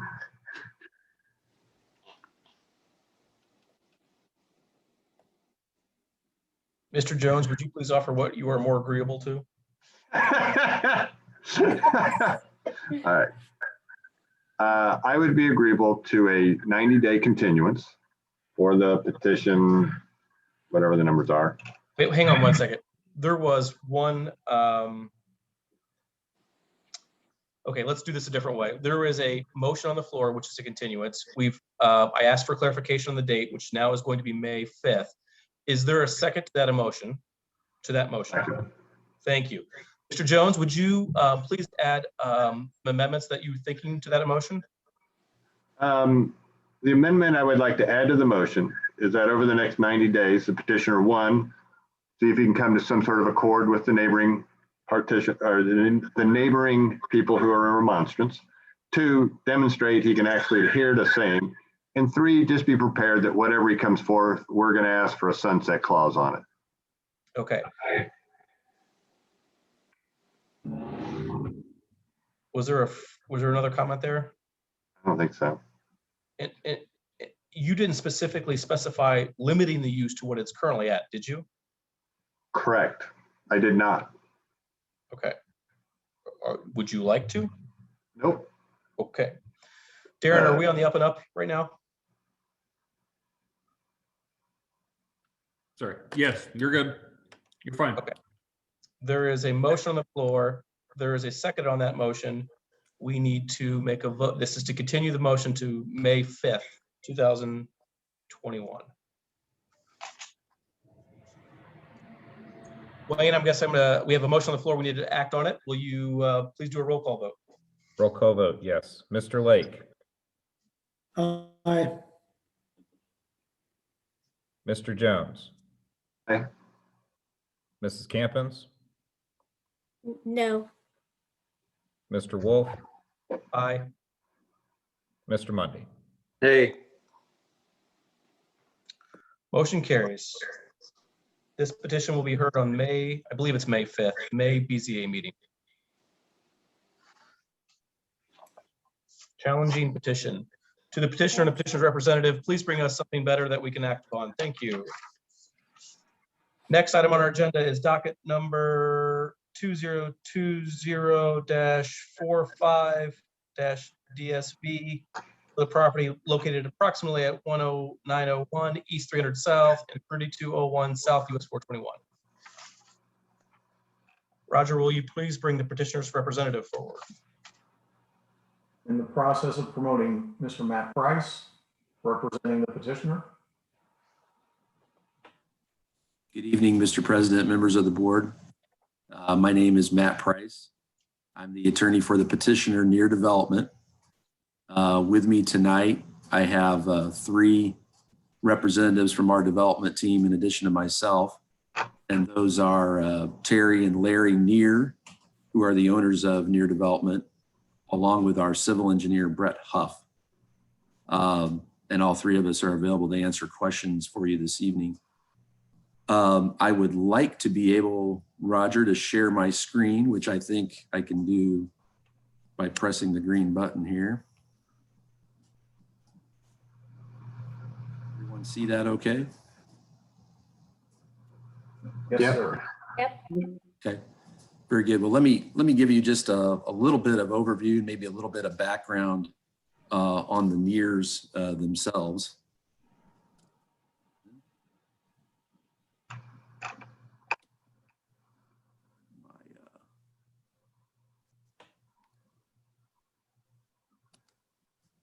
My slides aren't moving here. Maybe they've frozen over time here. Let me see if I can fix that.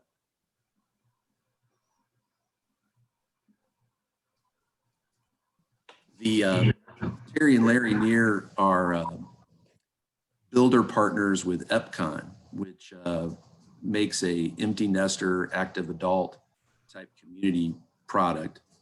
Low maintenance homes. These are homes that each of which are equipped with a courtyard, hence the name Courtyards of Appaloosa. They're very experienced in Zionsville. And I know many of you are familiar with their original project in town, which is the Courtyards of Zionsville, which is just north of the St. Alphonsus Church. That project has been very successful, very well received by the community. 62 total homes. There's one left for sale now. And as part of the approval process for that project, we sought really the same variance with regard to the front setback as we're seeking here today, which is specifically to permit a 20-foot front yard setback. And I'll explain a little bit about the nature of why that's necessary and kind of how we find ourselves here today with respect to this provision in the zoning ordinance. To give you just a little bit of a view of the streetscape associated with our project, we propose to have a 30-foot street from back of curb to back of curb, which is as we've done in the original Courtyards project. You'll see kind of as you're looking on the left-hand side, we have a green belt, which is where that tree is located, a sidewalk, and then we propose to have a 20-foot minimum setback to the home from the back edge of the sidewalk. Now, some of the homes are adjacent to the roadway and are not equipped with a sidewalk. These are private streets, not required to have a sidewalk. And for those homes, which I'll specifically identify, we're requesting for the 20-foot setback to apply from the back of curb to the front of the home. This gives you kind of another vantage point for what that looks like vis-a-vis the streetscape.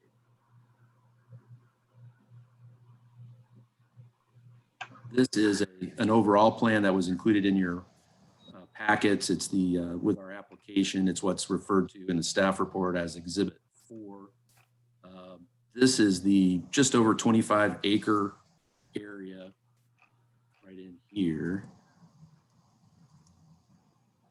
that comprises the residential portion of Appaloosa Crossing.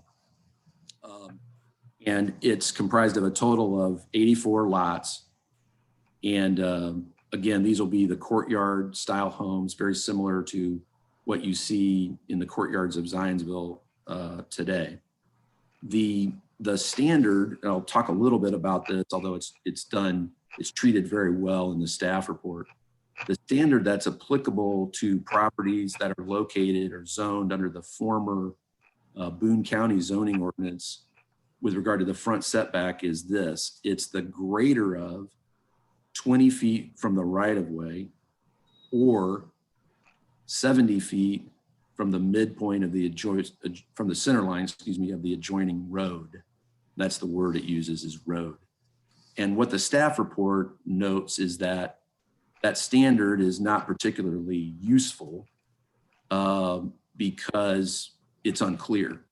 And what they have surmised that it means is that the 70 foot from the half right of way or from the center line of the road probably referred to situations where a property was abutting an existing right of way, as opposed to being within a modern subdivision like what you see here. And so they've supported the variance really for that reason, the 20 foot being adequate distance from the road right away to the building, consistent with the use of the property for this type of a development. And I might also add, I've got data if you'd like to see it. I might add that we think this is a very positive land use from the standpoint that it provides a nice transition from the single family residential uses to the east, east being at the bottom of the drawing, and buffers those uses from the commercial uses along the Michigan Road corridor and 146th Street. We also believe that it'll contribute to overall property values in the area, not detract from them. The home values that have adjoined the courtyards of Zionsville have each enjoyed very significant property appreciation, consistent with single-family residential appreciation generally in Zionsville, but also on a very robust fashion, meaning that they haven't missed a step with regard to that appreciation. So we believe that there's some history that the granting of this variance like this will not in any way adversely affect adjoining property values. Having just watched the hearing before us, this is not a use variance, but nevertheless, we do have a type of hardship present here with regard to the use of our property that is somewhat unique, and that is we have a zoning standard that establishes a front yard setback, but it does so in a way that applies to every zoning district that can be developed for residential uses. What I mean by that is that it's kind of a one-size-fits-all approach under the zoning ordinance that we all as Zionsville residents inherited from Boone County back when we originally consolidated. It does not seek to distinguish, for example, between a setback on Michigan Road from a setback on 2nd Street. The rest of the Zionsville ordinance does just that. It adjusts the applicable front yard setback depending on the nature of the street and the size of the lot and the size of the home, as opposed to kind of this one size fits all approach under the Boone County zoning ordinance that we inherited, which is by its nature vague and by which the town has previously, and in this case, encouraged us to seek a variance in order to apply really a more appropriate front yard setback consistent with the type of use that's being proposed here. I'd like to also just show you some of the sample of the architecture, because I think it also gives you a flavor for what the Nears are proposing here and shows some of the differentiation of the front facades. There'll be a number of variations. These are not all of them. These are just a few representative samples. This size of home, approximately 25 feet in height, so they're not two-story homes. You see the varying architectural treatments and building materials that that make up the courtyard home style that we're proposing here. Terry, Larry, Brett, and I are all available to answer any questions that you have, and we would respectfully request approval of the requested front yard setback variance. Thank you, Mr. Price. And also thank you for addressing the hardship. That is always a challenging finding of fact, and I think you did it well. Any questions for our petitioner tonight, petitioner's representative? Hey, Matt, the lot sizes that we're seeing here, how do those compare with the lot sizes over in Arbor, the Arbors? The Harbors? I'm not sure I know. Isn't the development you're talking about the one that's the streets are Arbor Way and Cypress? The previous development behind the church. Oh, behind the church? Well, I'll tell you, they should be virtually identical. Terry or Larry might be able to chime in. And I'll tell you why, is because that property was zoned R4 under the Boone County, I say Boone County, the inherited zoning ordinance from Boone County. And with regard to lot frontage and the depth of those lots, I believe it is nearly identical. Okay. Terry just chimed in that they're identical. Yeah. And didn't we do that development though as a PUD? We did not. It was zoned R4 and we obtained this variance and then went through with platting. That was really it. All right.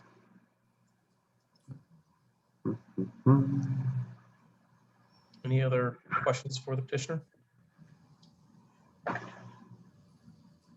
Is So this would be what I'd call a zero lot line type development? Is that?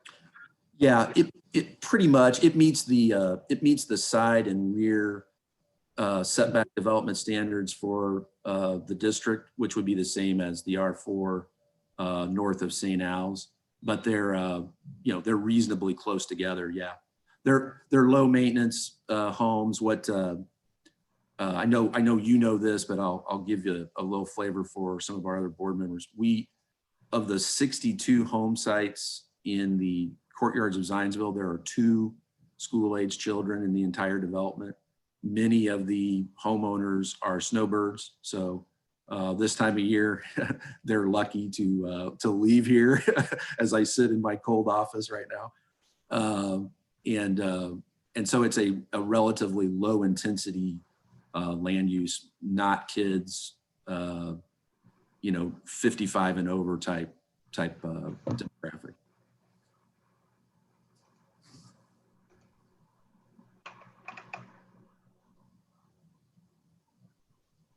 And then overall with the entire Appaloosa development, so will either of the other entries going out either on Michigan 421 or going out onto 146 or whatever up there, will either of those have lights at them, traffic signals? Yes, so I do believe we anticipate a full signal at our main entrance on Michigan Road. I do not believe at this time anyway, I suppose there could be some warrant in the future, but our initial traffic studies have not reflected that there would be a need for a signal off 146th Street. Okay, so one of the things, okay, well, my only concern with the layout is just the odd placement of that drive into the neighborhood off of what I would call the 421 entrance, being kind of, where you're doing a left and a right and Yeah. Is there any reason that can't be brought up to be more in line? If there's going to be a signal out there at 421, that's going to be the main in and out for the neighborhood, probably. Actually, let me flip back here to something that might help.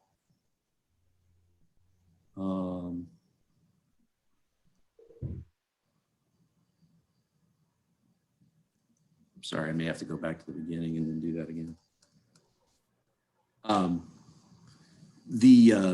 To answer your question, yeah, we could certainly take a look at that as we go forward. This variance, we did the same kind of timing last time with the project, which is we wanted to be able to secure that we could have the 20-foot front yard setback and then come in with a development plan. So we could certainly look at aligning that. The actual front, though, of the project as far as entrances over here, and we're anticipating that this is the amenity center right here. Mm-hmm. And so that's where we're envisioning the kind of the front of the project being, although, that's just because the orientation of the amenity center is there. Yeah. The way we've done it out at Courtyards of Zionsville. There was a comment that it was done intentionally to discourage drive-through traffic. Yeah. Drive-through to where? Yes, exactly what this is. Yeah, I suppose just in terms of I apologize for that. So someone coming off Michigan Road and cutting the corner. Yeah, I suppose it could be theoretical that if you had somebody come through here and kind of do one of these, to get, if there was some event at the corner, that kind of thing. Yeah, I don't know. It seems like it's not the shortest of cuts I could see, but. Yeah, it's not like just cutting off the corner. That's for sure. I agree. Yeah, I don't know. I'm just thinking with an older clientele, keep it simple.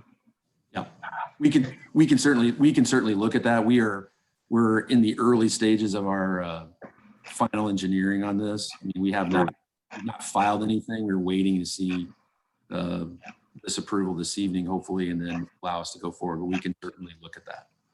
All right. Because we do have an older demographic. Any other discussion? If not,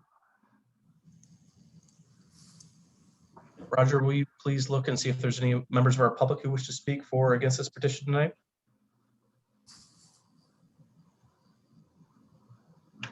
We do have one hand raised, and it is Terry Neer, the petitioner that Mr. Price was referencing. Let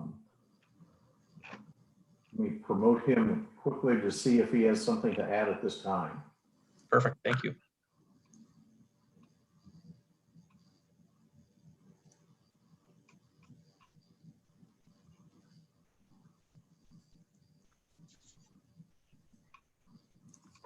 Are you there?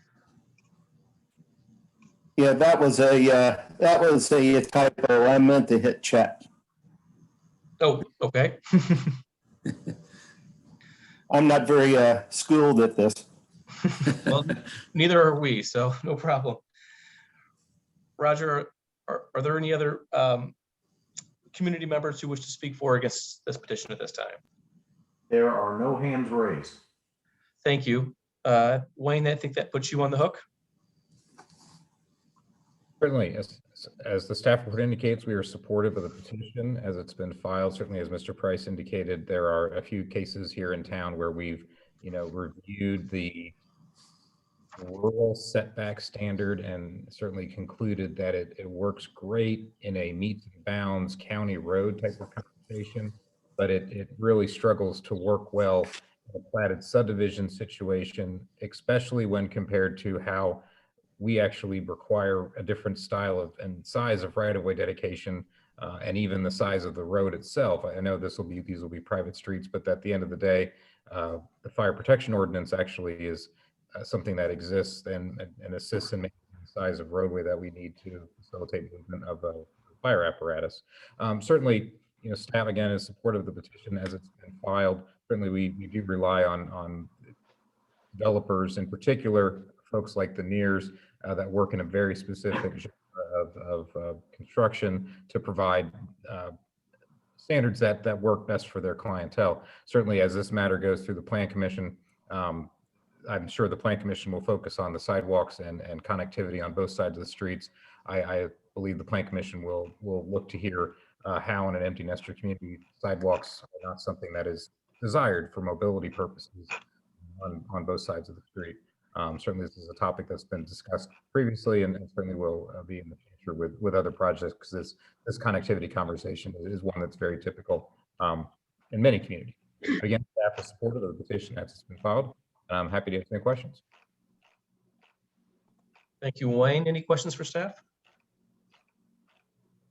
Wayne, and I think Matt also, you mentioned these are private streets, so they will remain private.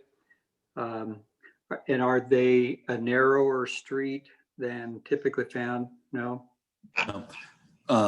As Wayne was mentioning, one of the things we did during the original Appaloosa Courtyards of Zionsville, and we're carrying over here, is we're actually building the streets to the 30-foot width, but maintaining them as private. So they meet the town's desired width, but nevertheless are maintained as private streets. And what we found is that the wider street is better for our demographic as well, as far as we think a safe roadway. And then also, as you know from our past lives, that Mr. Lance and others have always been concerned that sometimes a private street gets turned over to the public. That's not our intention. But building it to town standard is the way to make sure that if that were ever done, then it's at town standards. Thank you. Any other questions for staff or discussion amongst the group?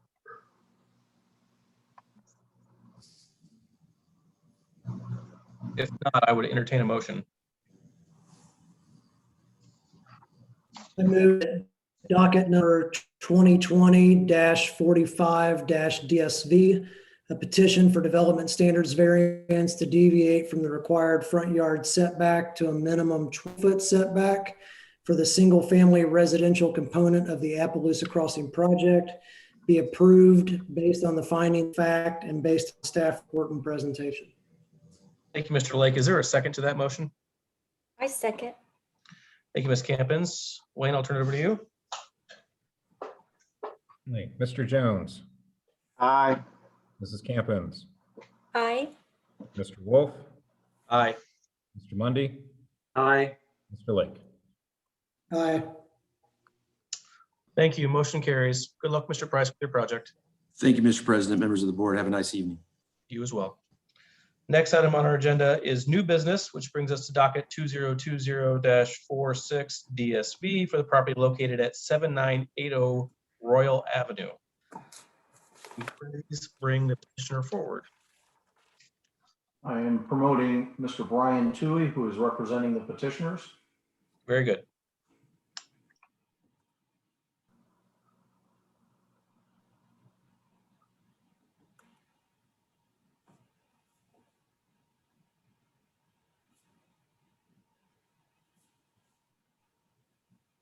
Great.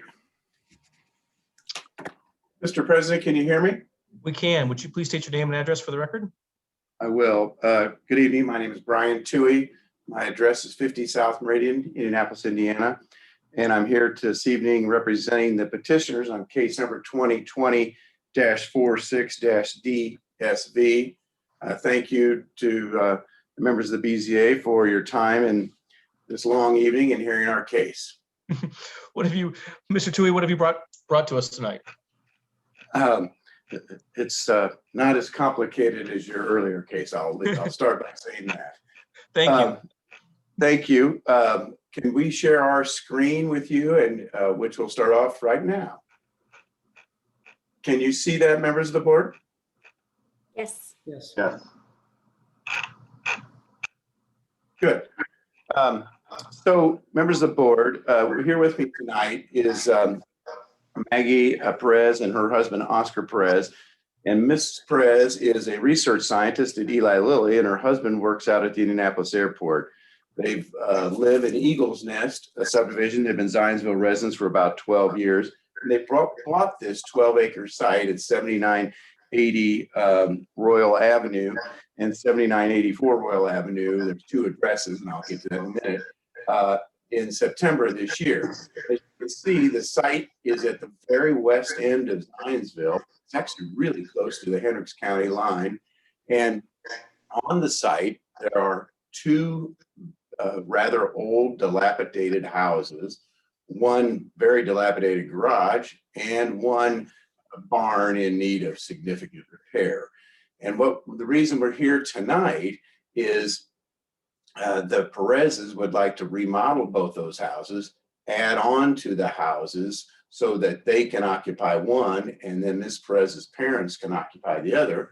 And then when they went to get a building permit in Zionsville, the site is zoned R2, which only allows for one single-family residence on one parcel.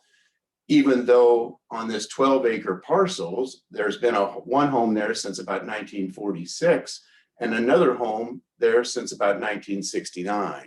So there's been two homes on Royal Avenue on this 12-acre parcel for 70 plus years on one and 40 some years on the other. Next slide, please. So members of the BZA, you can see it's west of I-65, Royal Avenue, west of Indianapolis Road, and just east of Harmon Avenue. And then that's Harmon Avenue at the top, kind of left-hand side of that slide. And the site is that 12-acre site. Up there, if you look towards where the word Royal Avenue is, to the left of that, you can see the aerial photograph of these two structures, and I'll show you a better picture of it in just a second. So those are the two long existing structures. The one at the left-hand side, or the north-hand side, is the one from about 1946, and the one to the right is the one from about 1969. Next slide, please. So that's the older of the two structures. As you can see, it's not in pristine condition. I'll leave it at that. But the Perez's would like to move into there from their home in Eagles Nest. They'd like to add on to the back of it to make it a little more livable than the current condition, and to renovate the inside of that. And that's the reason we need the variance tonight. That's the hardship. They can't occupy both of these homes. They can't add on to them without a variance because there's two homes on one lot, even though the lot is almost 13 acres in size. Next slide, please. So that's the southern view of the house I just showed you. Again, you can see it's evidence it's in need of repairs. Next slide, please. That is the rear side, so that'd be the west side of that home. Again, pretty tough condition. Next slide, please. That's the garage that they would like to renovate to make usable and add on to the back of it as shown on the site plan. Next slide, please. That's the home where the parents would live. It's about 150 feet plus separated from the home I just showed you. To get you oriented, Royal Avenue is off to the left, so the front door is out to the left of that house. That's a side door there. Next slide, please. That's the the other side of that same house I just discussed. That's again where the mother and father would reside. Next slide. That's the barn, which I mentioned. As you can see, it is also in need of some repair. Next slide, please. So to get us oriented here, Royal Avenue is up at the top of that drawing. So that's looking sort of east, and north would be sort of to the left. And what the Perez's proposed to do is add on to the back of the north house and add on to the side of the south house and add on to the back of the garage. And in order to do that, they need this development standards variance because, again, in the R2 district, you can only have one primary residence on a lot. And there have been two homes on this lot for, as I said, many, many years, decades. Next slide, please. So in examining the findings of fact, I don't believe that allowing the granting of the variance, which will allow them to improve the residence and occupy them, I don't think that will cause any kind of injury or damage. In fact, that will add value to this property. The use or value of the area adjacent to the property will not be affected in a substantially adverse manner. Well, there's been two homes there for many, many years, and this granting of the variance will allow the improvements to be done to those residents. I think that'll increase the value of the site, should increase value to the surrounding area, and it will allow a capital investment in two long existing dilapidated homes. I believe that will have a positive impact on the use and values of areas adjacent to the site. And then usually the difficult ones in variances is whether the strict application of the zoning ordinance will or will not result in an unnecessary hardship in the use of the property. Well, this is one of those few cases where it seems to me it meets that on almost all elements. The site's long had two residences, and without these variances, those existing residences wouldn't be able to be improved and slightly expanded as the Perez's proposed to do. And so the strict application of the zoning ordinance would be an unnecessary hardship because it would limit their ability to improve and add on to an old existing residences that are in very, very poor shape. So I respectfully would suggest that the three findings of fact are met in this case, which is a pretty unusual case. It's unusual to find a 12-acre parcel that's had two houses on it for that long, and they've fallen into disrepair. Next slide, please. So the staff, I believe, supports the variances due to the age of the existing residents and the acreage. They are supportive of the continued existence of the two single-family residents on one parcel. We greatly appreciate their working with them. It's always pleasant to work with Zionsville, but it was good to work with Roger Kilmer in this case. The staff has also supported the request to permit the proposed additions, provided the additions are stay within the areas shown on the site plan exhibit, and that's exactly what the Perez's plan to do. Next slide. So members of the BZA, again, thank you for hearing our case. It's a 12-acre site. It has only 2 residential dwellings and a garage and a barn on it. One home was constructed, we think, about 1946. The other one was about 1969, so it was 75 and 52 years ago. The petitioners, who are Zionsville residents, want to move into the larger northern home and improve it. And they want to have a home for their mother and father in the smaller southern home. And without these variances, they can't improve and occupy or add on to the residential structures. And the variances would allow for substantial improvement to both structures and allow for a capital investment in the property. The petitioner agrees that the variance would only apply to the 2 existing residences and their proposed additions, as shown on the Exhibit 3 to the staff report. And with that, we would, of course, try to answer any questions you might have. And we respectfully request the approval of these variances to allow for the renovations to the two long existing structures. Thank you for your time, Mr. President. Thank you. And thank you for your detailed presentation and calling out the findings of fact. I do want to call out a couple moments. You saw the staff report and the staff recommended recommendations, and just to articulate them into our conversation as you had them in your last slide, the staff was recommending a condition based on the fact that if one of the houses was sold off, and 2 parcels, or that the parcel be split into 2, as well as the staff was supportive of this variance in respect to the existing structures. But if one of the structures was demolished, then it's no longer supportive. Are those clear to you? Yes, sir, and we agree with them. Very good, very, very good. What other questions do we have for the petitioner's representative tonight?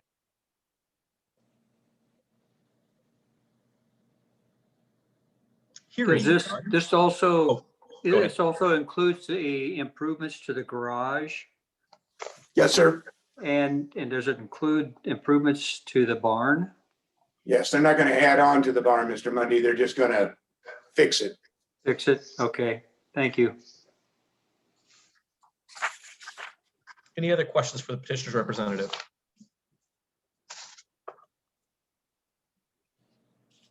Seeing none at this time. Mr. Kilmer, or is there anyone from the public who wishes to speak for or against this petition? Give them a moment to raise their hand if they choose to. Mr. Wolf, there are no hands raised. Thank you, Mr. Kilmer. Mr. DeLong, can we turn it over to you for the staff report? Yes, thank you. Staff is supportive of the petition, and certainly as articulated this evening, there's a number of factors that are impacting this family's ability to move forward with the real estate improvements that they so desire to pursue. Certainly there are some caveats to how to best move forward, but again, staff is supportive of the petition. I would note, and I'm looking at my desk here to see if I have it. I don't put my hands on it right away, but we did have an email come in from a remonstrator, so I would just want to make sure that's noted in the record. Concerns about the development of the property. I don't know the definition of what the email was saying as per development versus what the petitioner is noting, but certainly mentioning it here for the record. Thank you, Wayne. Any questions for staff?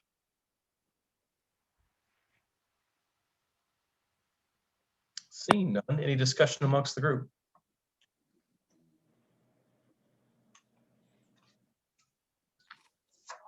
We lost our momentum after the first petition. If there's no discussion amongst the group, I would entertain a motion.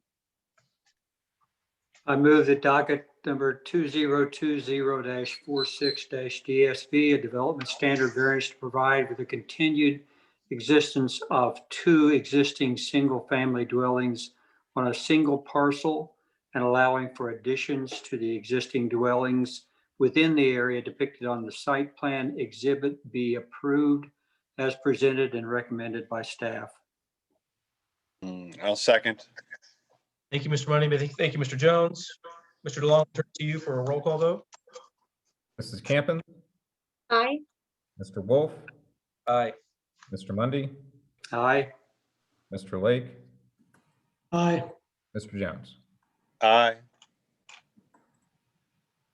Thank you, members of the BZA, and have a good evening.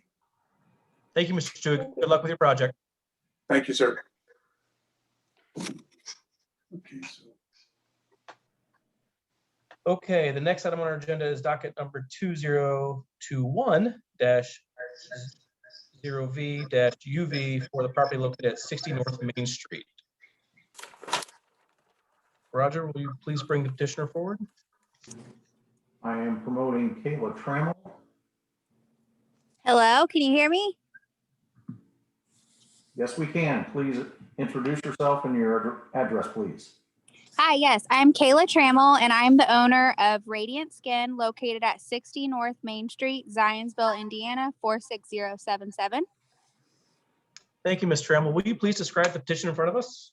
Yes, I am looking for a petition for a use variance to allow for microblading services to be added to my existing business located in the Village Business Zoning District. And why do you need the use variance? So I am a aesthetic and beauty studio. So I'm a registered nurse and we have a medical director associated with our practice. So we're kind of considered kind of like a med spa / beauty studio. And so within our kind of business, microblading services are very common to do semi-permanent makeup. And we've had a lot of interest with our clients and kind of with like 90% of our clientele wanting us to add this service. And so with the, I guess the kind of, what would you say, the variance with located within Village District, I'm unable to do that. So I'm looking for a use variance.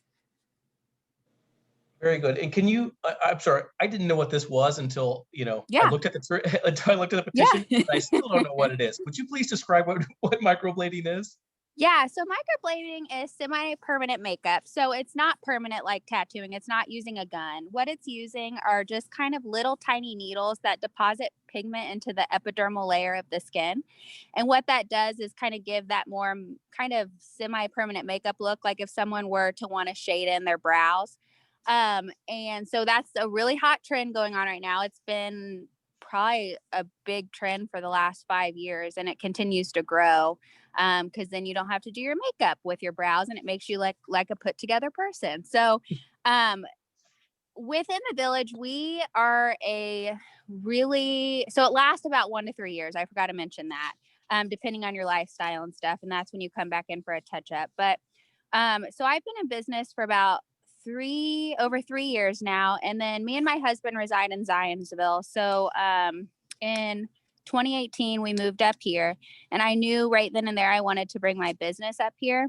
And so that's when we, with the help of Tammy Kelly, found a space located on Main Street. And at that time, I didn't really look. I knew I wanted to expand and eventually offer all these services, but at that time I wasn't ready quite yet. And so I never really knew kind of like the zoning within Zionsville. So then when that time came where we started getting a lot of requests and wanting to offer that service, that's when I kind of started looking into it and then came to you guys. Very good. And as I look at the use variance in your findings of fact, it really, I think what we've touched on is just new technology that our current zoning didn't necessarily think about or address. But that's maybe one interpretation of it. And this is a little bit out of my purview, but is there some sort of medical requirements or like licensing or training that you have to do to provide this service? So what we just need is we need to contact the Boone County Health Department and the Indiana State Department of Health just to have the Boone County Health Department come and survey the area just to make sure we have like a sink within the area. That Kate, who would be the person doing it, has designated sharp containers. Her room kind of fits the standards and the needs.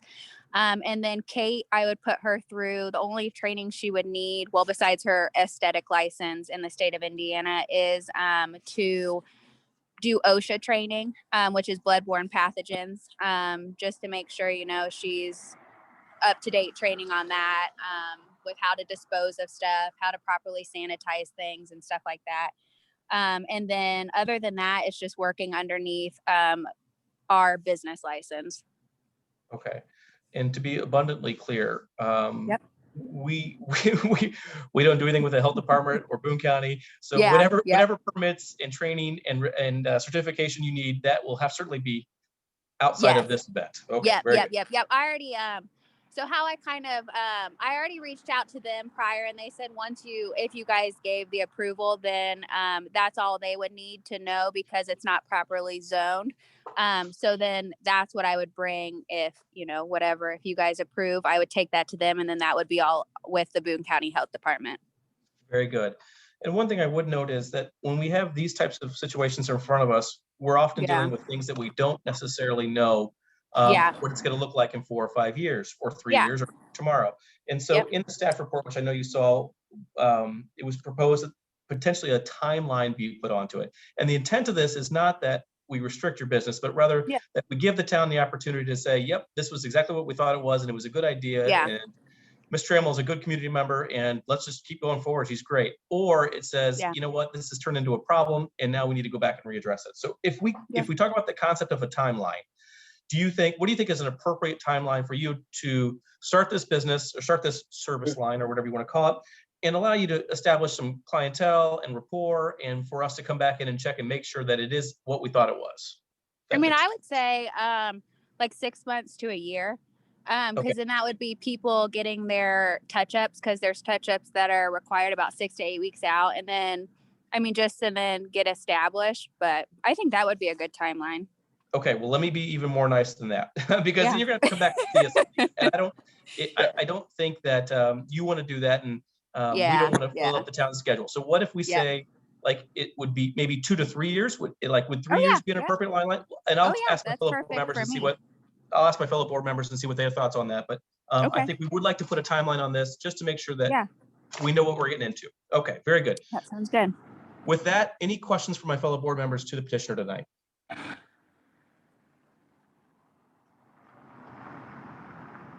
Mr. Jones, I'm assuming you're a microblading expert. Oh, yeah. I fill in often. I prefer blues in my eye. I need to update, and I do my lips in a ruby Yeah. red. Well, if you need a touch-up, you know where to find me. All kidding aside, any questions for the petitioner tonight? Pretty straightforward. Yep. Any, not hearing none. Are there any remonstrators from people who would like to speak for this petition in our community? Mr. Wolf, there are no hands raised. Very good, Mr. Kilmer, thank you. Wayne, that leaves us to you for your microblading expertise. And uniquely, I can share some as well. I won't get into that with in the front here. So with this petition, staff is supportive of the petition as it's been filed. The idea of the sunset clause, yes, that is your standard language. However, staff can echo the point that we have as well been contacted for years about why is this not a part of your zoning ordinance? And it's because we have a standard related to tattooing, and we don't regulate and differentiate how that message is articulated, so to speak. And this is a great conversation here, and certainly we would actually encourage, as we work through the year-long 14-month process to update our zoning code, that we actually include microblading as a part of the services that are allowed in the Village Business District, basically semi-permanent tattooing, semi-permanent makeup, if you will. And so certainly you could articulate a timeline that's been agreed to, and certainly sounds fine, but certainly I would add a caveat to that. If at such time that the use is permitted by right in the district, such a check-in is not required. And certainly, yes, I do own a hair salon currently in a different community, therefore I'm not regulating it as well, and certainly have had this industry within my business from time to time. So I am personally aware of the talents that are required and necessary for microblading. With all that said, staff's recommending approval as the petition has been filed, and certainly subject to any sunset clause, and I'd be happy to answer any questions. Thank you, Wayne. I just want to repeat what I think you said, which was that if we do put a sunset clause on this particular petition, but then later on our code gets changed so that this would be allowed, we don't need to go back to that sunset clause. That would be staff suggestion. Very good. And I think you also articulated what I was trying to say earlier, which was the fact that our code doesn't necessarily reflect this newer technology of microblading, which isn't necessarily tattooing. And I think those are two different things. And I think that we've articulated that here in our conversation. Any questions for staff? I want to make sure I heard that correct. So when we ask for a 3-year sunset, that means in 3 years, they come back and kind of re-up the petitioner. But if we change the zoning, then they don't do anything, right? That would be That's correct. what staff is proposing. And as part of our motion, we don't really need to call that out, put in a standard sunset language. We're done. Does that make sense? So, Mr. Jones, I would say that the proposed motion of based on the findings of facts as presented would articulate that point. Okay. Any other discussion amongst the group? I guess I know nothing about this either, or knew nothing about it. But what I've learned from my wife, and she didn't know either, she Googled it, but I'm not sure that there's even a need to put in a sunset. It doesn't sound to me like the ordinances that in other communities would require that. And it doesn't sound to me like it's the sort of thing that we would need to do that with, but it probably won't hurt, but at the same time, I'm not sure that it's necessary. Good point, Mr. Martina, and I would be amenable to that conversation as well.